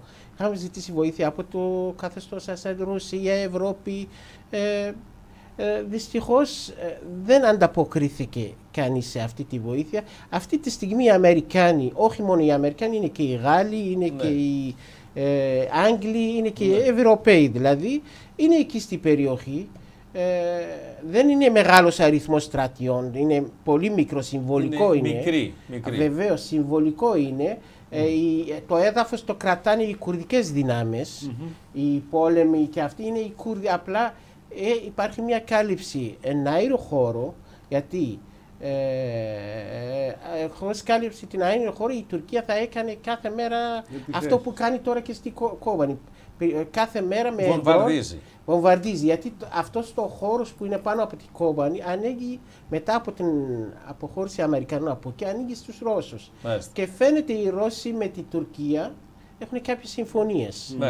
Φωνάζει από το κοντρόλ ο κύριος Νούκας, ο αρχισυντάκτης μας, και λέει, αν ρωτάμε, επειδή θα το ξεχάσω γιατί έχουμε μπει στο κουρδικό θέμα, κύριε Αργυρέ, ρωτάει αν μετράτε καθημερινά τα θέματα της πανδημίας. Ας πούμε στην Ελλάδα σήμερα, το ένα περασμένες 12, είχαμε 106 νεκρούς, έγινε χαμός. 670 τόσους, πώς ήταν, 73 διασωληνωμένοι. Εκεί υπάρχει υγειονομική Ναι, Ξαναπήγαμε. Ναι. Υπάρχει. Βεβαίως. Υπάρχει και μετράνε κάλυψη και μετράνε τα κρούσματα. Υπάρχουν και εμβολικά κέντρα, έχουν φτιάξει αρκετά εμβολικά κέντρα. Με βοήθεια από πού, από τον Παγκόσμιο Οργανισμό Υγείας? Από τον ΟΗΕ. Από ΟΗΕ, μικρά πράγματα, γιατί με περισσότερη βοήθεια που έρχεται, η επίσημη βοήθεια πρέπει να έρθει μέσα από το κράτος Συρίας. Από τη Δαμασκό. Ναι, και Δαμασκό ξέρετε τώρα. Και υπάρχει θέμα. Και τι εμβόλια είναι τα ρωσικά, ποια είναι? Υπάρχουν όλα. Υπήρχε στην αρχή, είχαν φέρει το Johnson. Ναι. Και μετά υπάρχουν όλα. Και κινέζικα υπάρχουν και ρώσικα και αμερικάνικα. Τώρα η Κούβα έδωσε στο καθεστώς Ασάντ κάποια εμβόλια. Ναι, λόγω των σχέσεων, καλών σχέσεων που έχει το καθεστώς Ασάντ. Υπάρχουν, αλλά δεν είναι πολλά. Αλλά εσείς μπαίνοντας στις ιστοσελίδες του Κουρδιστάν, βλέπετε τα κρούσματα. Αλλά δεν γίνονται αυτές οι εξετάσεις που γίνονται στην Ευρώπη. Ακριβώς, δεν μπορεί δηλαδή, ενώ εμείς είδαμε σήμερα 106 νεκρούς και σοκαριστήκαμε, βλέπετε στα ανάλογα νούμερα που είναι στη Ρωσάβα. Δεν βλέπουμε ανάλογα νούμερα, γιατί δεν γίνονται ανάλογες εξετάσεις. Δεν γίνονται. Δεν γίνονται ανάλογες εξετάσεις. Πολλοί κόσμο δεν θα πάει οι περισσότεροι δεν θα πάνε. Δηλαδή θα κάτσει σπίτι του. Και ελπίζει ότι θα γίνει πολλοί καλά. έχουν περάσει. Εγώ μετράω νεκρούς, δηλαδή νεκρούς από γνωστούς και φίλους που πέθανε από εκεί από το COVID. Που μιλάτε δηλαδή μέσω των σχέσεων που υπάρχουν. Φίλοι μου που πέθανε. Εσείς πηγαίνετε, μπορείτε να πάτε εκεί? Ναι, όχι μέσω Τουρκίας. Μέχρι τώρα, μέχρι που να ξεκινήσει η πανδημία COVID πήγαινα. Ναι, η τελευταία φορά ήταν πριν να δηλαδή όταν ξεκίνησε η πανδημία. Από τότε δεν έχω πάει. Κυρίως μέσω Κύπρου ή Ιορδανίας. Ιορδανίας από το Αμάν. Αμάν, Ερμπίλ και μετά οδικός. Ιρακινό Κουρδιστάν και από εκεί 5 ώρες, πόσο είναι, 4 ώρες. Μέχρι τα σύνορα 3 και μετά. Ναι. Μάλιστα. Δηλαδή στην περιοχή της Ρωσάβα. Ακριβώς. Ωραία. Γιατί βομβαρδίζουν οι Τούρκοι? Εγώ σας ρώτησα και πριν. Δηλαδή οι Τούρκοι είναι μια ανεξέλεκτη δύναμη. Έχουν στήσει το στρατό τους απέναντι από την Γκαζιαντέπ, που έχουν πολλά στρατόπεδα. Η Γκαζιαντέπ είναι η νοτιότερη πόλη, έχουμε πει, μέσα στην Τουρκία, και βομβαρδίζουν την Κομπάνη. Γιατί τη βομβαρδίζουν, ποιος είναι ο στόχος? Ο στόχος είναι ότι ο Ερντογάν είχε προετοιμάσει μια εκστρατεία που ήθελε να πάρει την Κομπάνη στρατιωτικά. Ναι. Αλλά δεν πήρε το πράσινο φως από τους Αμερικάνους ούτε από τους Ρώσους. Και έτσι αυτή αναγκάστηκε να την παγώσει. Και από τότε σηκώνει καθημερινά σχεδόν τα ντρόν πάνω από την Κομπάνη και χτυπάει. Δεν χτυπάει στρατιωτικός, δηλαδή δεν είναι στρατιωτικός στόχος, χτυπάει την πόλη. Ανεξέλεγκτα, οτιδήποτε. Ναι. Τελευταία θύμα ήταν ακτουρισμό ένα παιδάκι 5 χρονών που έχασε το πόδι. Το οποίο ακροτηριάστηκε, κάπου διάβασα. Ναι. 5 χρονών από τον ντρόν του Ερντογάν. Ο σκοπός του είναι να κάνει μια κατάσταση εκφοβισμό μέσα στο κάτοικη την περιοχή για να φύγουν, για να αδειάσει η πόλη, για να μην μπορούν ο κόσμος ζει ήσυχα. Δηλαδή, εγώ που μιλάω με την περιοχή, μιλάω και έχω μεγάλη οικογένεια εκεί. Δηλαδή, αυτό που λένε εκεί, άμα δεν είχαμε το φόβο από την Τουρκία, εδώ είμαστε μια χαρά.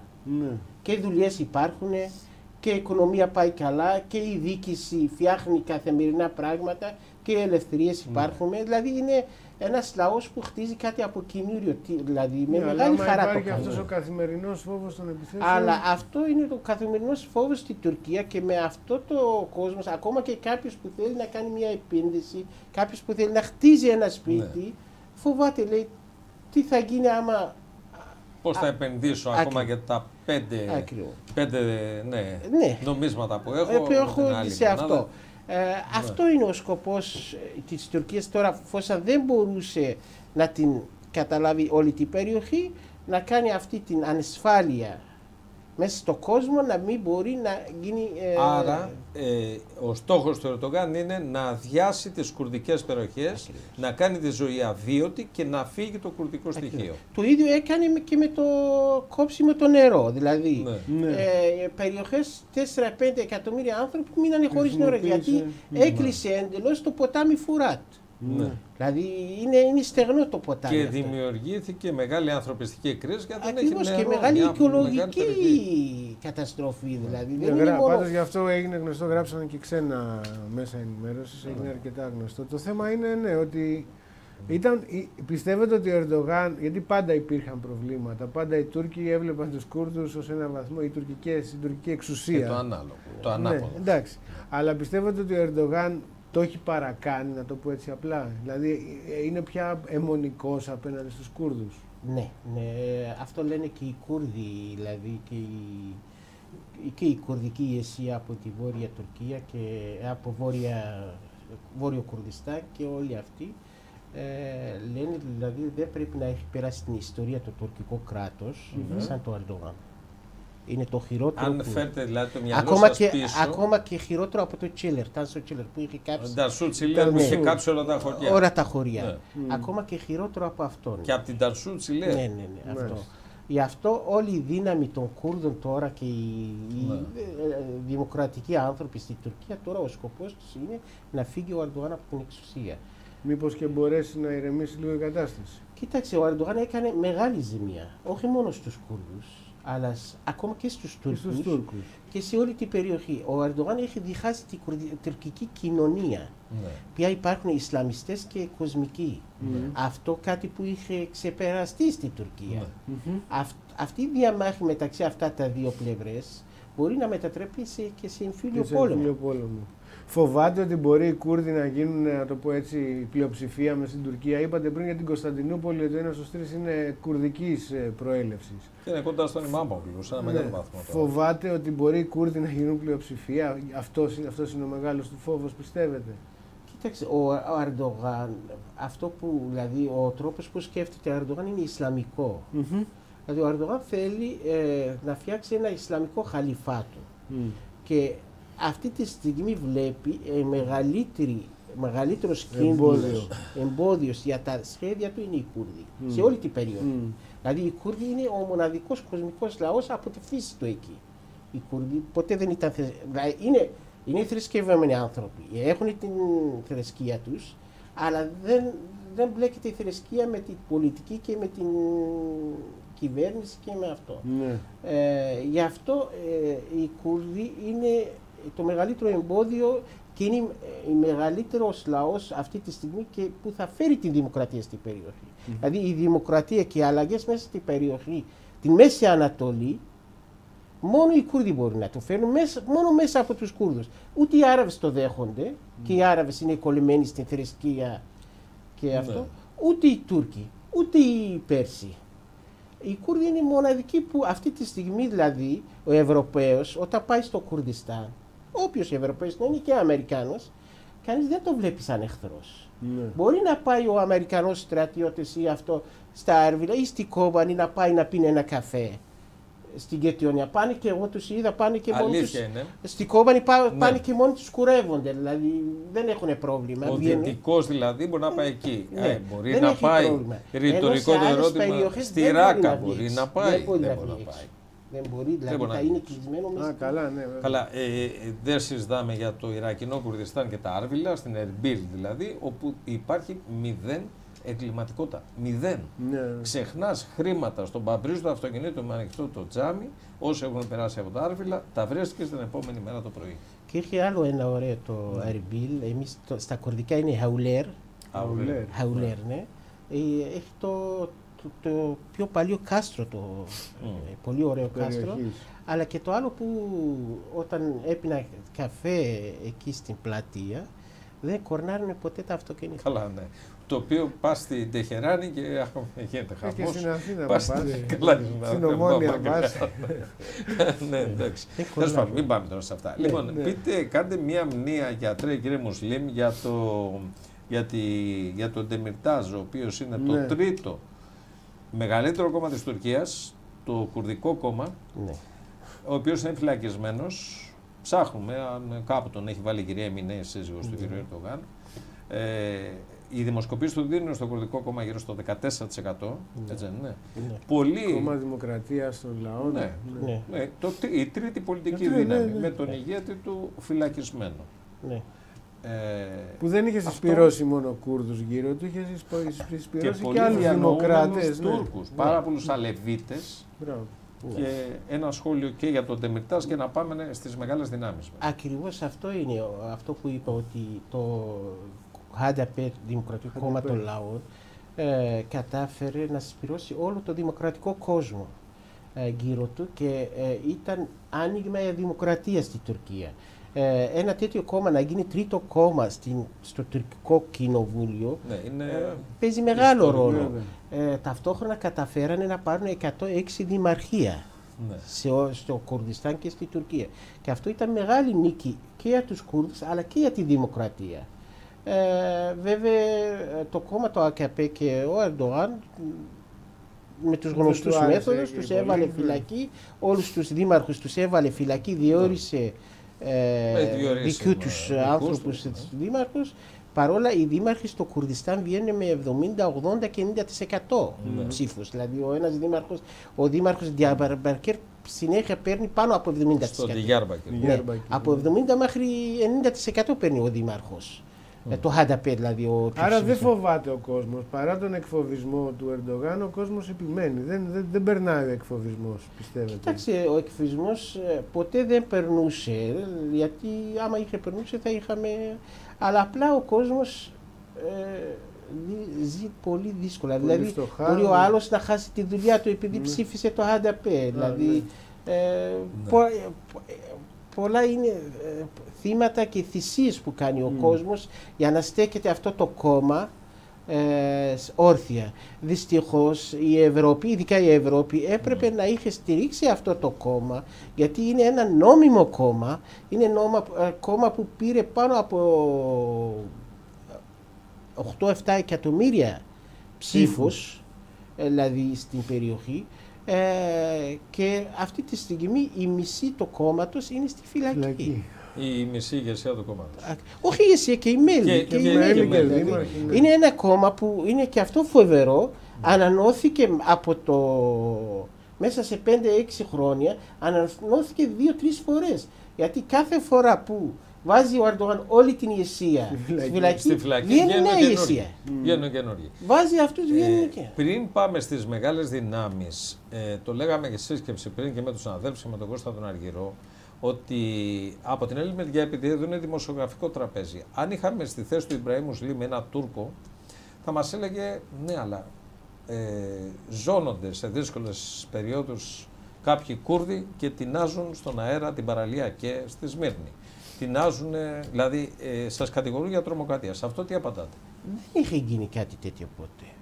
Δεν έχει γίνει. Δηλαδή οι Κούρδοι δεν έχουν, και αυτό το λέει και η Ευρωπαϊκή Ένωση και πολλά ευρωπαϊκά δικαστήρια, ειδικά τελευταία και το Βελγικό δικαστήριο. Που αυτή δηλαδή που το Βελγικό δικαστήριο απόφαση είπε ότι το ΠΚΚ δεν είναι τρομοκρατική οργάνωση, ποτέ δεν έχει κάνει τρομοκρατικές ενέργειες. Άρα είναι προπαγάνδα των Τούρκων. Ακριβώς. Οι Κούρδοι δεν έχουν σκοτωθεί ποτέ ένας ξένος ή ακόμα πολίτης με τα χέρια του Κούρδων. Δεν υπάρχει κάτι τέτοιο. Μόνο με το στρατό μάχονται, λέτε. Μόνο με το στρατό μάχονται και πολλές αυτές γίνονται κάποιες εκρήξεις αυτά, τα κάνει ήδη το τουρκικό ΜΙΤ. Και τώρα βγήκε η επίθεση που έγινε στην Άγκυρα και η επίθεση που έγινε στη Σιρούτζ ήταν πίσω το κόμμα του ΑΚΠ. Δηλαδή κάνουν τέτοιες κινήσεις, τέτοιες τρομοκρατικές ενέργειες για να τα χωρέσουν στους Κούρδους. Για να τα χρεώνουν στους Κούρδους. Ακριβώς. Πάμε τώρα, κύριε Αργυρέ, αν συμφωνείτε και εσείς, να πάμε να δούμε το παζλ της μεγάλες δυνάμεις. Είναι οι Αμερικανοί δίπλα στο κουρδικό λαό? Κοιτάξτε, οι Αμερικανοί και όπως κάθε κυβέρνηση και κάθε δύναμη είναι δίπλα στα συμφέροντά τους. Αυτό να τα πούμε. Πάρα πολύ σωστά. Μεγάλη κουβέντα. Αυτή τη στιγμή φαίνεται ότι τα συμφέροντα της Αμερικής και συμφέροντα του κουρδικού λαού συμπίπτουν. Όσα συμπίπτουν θα έχουμε τη συνεργασία και θα έχουμε βοήθεια των Αμερικανών. Όταν αναλάβει την Τουρκία ο Αλή Μπαμπατζάν, θα πάνε, θα τα βρουν με τον Μπαμπατζάν, θα αφήσουν περισσότερο. Παράδειγμα αναφέρω. Ναι, κοιτάξτε, εκεί στη Τουρκία συμφέροντα του τουρκικού λαού δεν είναι με το Ερντογάν. Δεν είναι με το η Τουρκία να κάνει επίθεση κάθε μέρα στους Κούρδες ή στους Έλληνες ή στους Κύπριους. Δεν είναι. Βεβαίως, μια Τουρκία δημοκρατική θα περνούσε ο λαός της αρκετά καλύτερα από μια δημοκρατία Τουρκία που τη κυβερνάει Ερντογάν και την κλέβει και την έχει γεμίσει με τρομοκράτες και έχει γεμίσει τις φυλακές. Ακόμα παιδάκια στη φυλακή υπάρχουν. Τα συμφέροντα, δηλαδή η λαή την περιοχή είναι στην ειρήνη. Εμείς ελπίζουμε οι Αμερικανοί να μας βοηθήσουν να μπορούμε να σταθούμε στα πόδια μας, να φέρουμε την δημοκρατία και η ειρήνη στην περιοχή. Μακάρι. Οι Ρώσοι. Οι Ρώσοι θα μπορούσαν, με τον Ερντογάν, οι Ρώσοι θα μπορούσαν να παίξουν πολύ σημαντικό και πολύ ωραίο ρόλο. Δυστυχώς δεν το κάνανε ή δεν το κατάλαβαν ή δεν το θέλουν. Οι Ρώσοι αυτή τη στιγμή έχουν κολλήσει στο καθεστώς Άσαντ.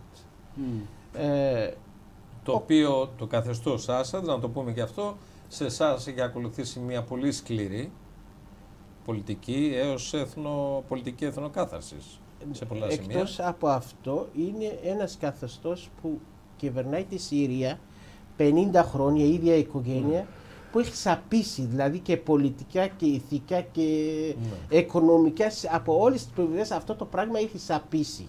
Δεν μπορείς να το κρατήσεις.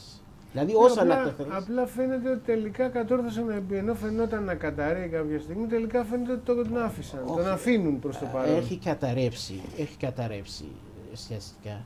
Αλλά πού είναι το θέμα, δηλαδή. Το θέμα είναι ότι στρατιωτικά τον κρατάνε η Ιράν και η Ρωσία. Αυτοί κρατάνε, δεν κρατείται ο καθεστώς ούτε έχει δύναμη, ούτε έχει στρατό, ούτε έχει κάτι. Το κρατάνε και το κρατάνε λόγω της πολιτικής ισορροπίας που οι Αμερικανοί δεν είχαν την θέληση ή είδανε ότι δεν τους συμφέρει τελικά να πέσει ο καθεστώς. Γιατί είδαμε και αλλού που έπεσε ότι ακολούθησε. Γιατί αυτός ο καθεστώς, στη Βόρεια Αφρική. Αυτός ο καθεστώς ήταν ενταγμένος μέσα στο παγκόσμιο σύστημα. Όταν είσαι μέρος του παγκόσμιου συστήματος, δύσκολο φεύγεις. Δεν ήταν εκτός το παγκόσμιο σύστημα. Με το Ισραήλ πώς θα πάτε? Τι εννοείτε? Οι σχέσεις κουρδικών κομμάτων ή στοιχείων με τον Ισραηλινό παράγοντα. Κοιτάξτε. Δηλαδή υπάρχουν Ισραηλινές επενδύσεις, έστω και έμεσα, στα Άρβιλα. Έτσι λένε, ναι, εντάξει.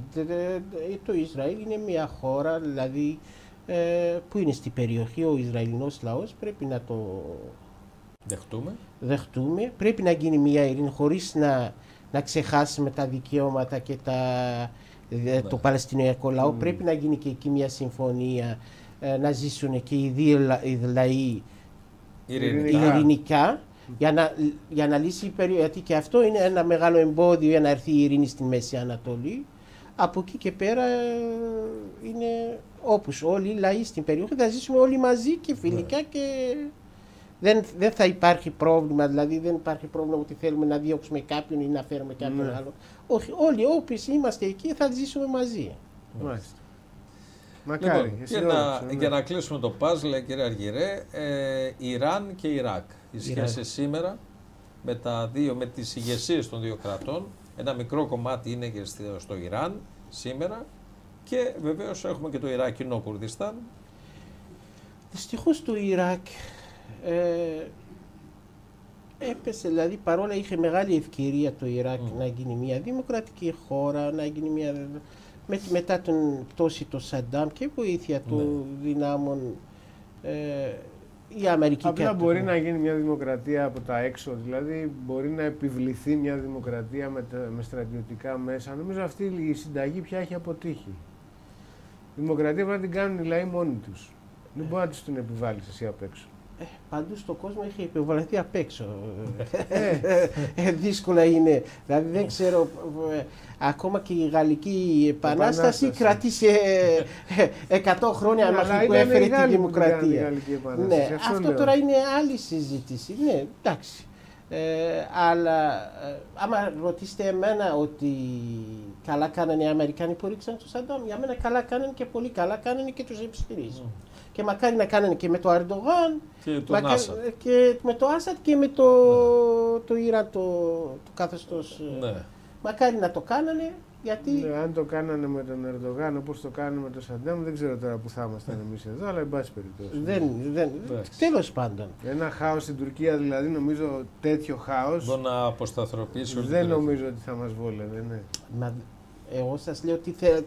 Ναι, εντάξει. Τα αποτελέσματα δεν ξέρω. Κάποια στιγμή. Λέω όπως έγινε στο Ιράκ. Κάποια στιγμή και το Ιράκ, άμα θέλετε την γνώμη μου. Όπως ακριβώς σας είπα, η Γαλλική Επανάσταση. Η Γαλλική Επανάσταση δεν έγινε με τα λουλούδια, που τώρα όλοι τη θαυμάζουμε. Πόσο κόσμο σκοτώθηκε, πόσοι αθώοι. Ναι, γι' αυτό το ίδιο γίνεται και στη Ιράκ. Γεννάται η δημοκρατία. Έτσι γίνονται οι δημοκρατίες. Θύματα αρκετά, πόλεμο, αυτά. Και κάποια στιγμή ο κόσμος μαθαίνει και αυτό. Έτσι παντού και σε όλο τον κόσμο. Μακάρι. Τώρα.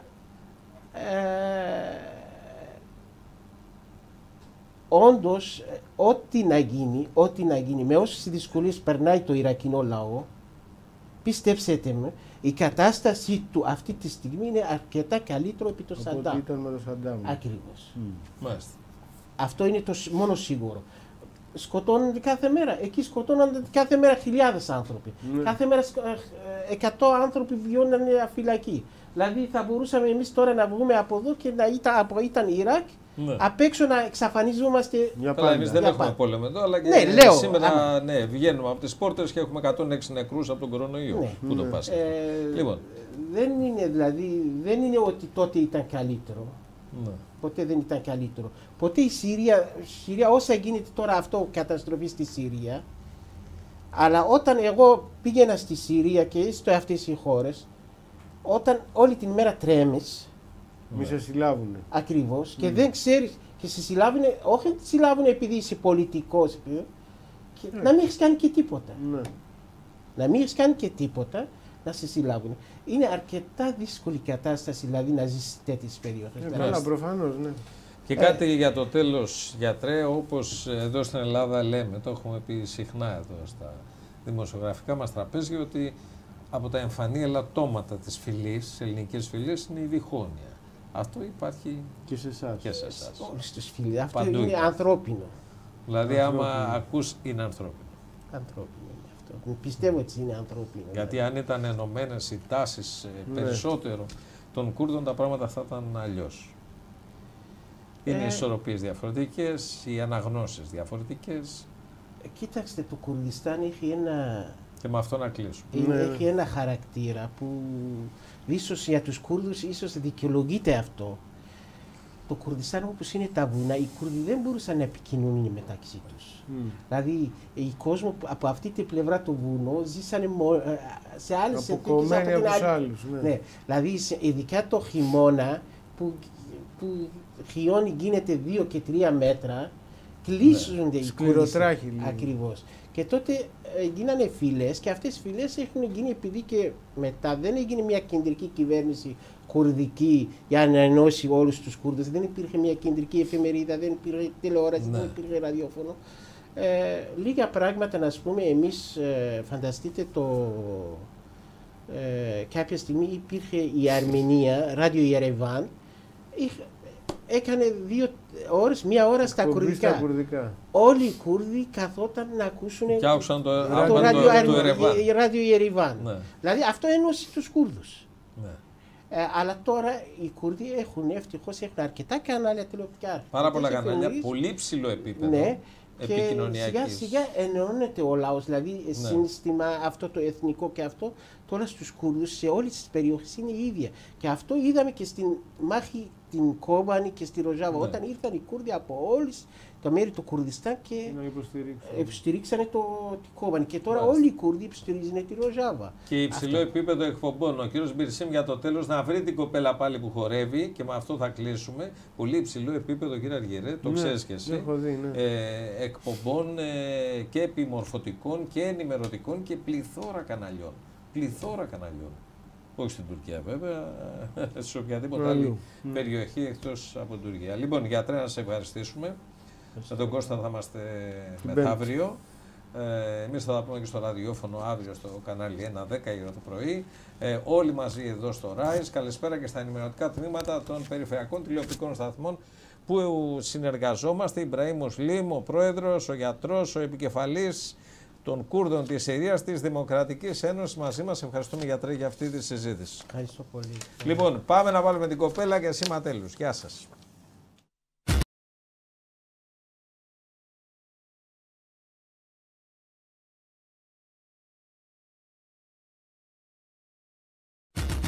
والله ما العشق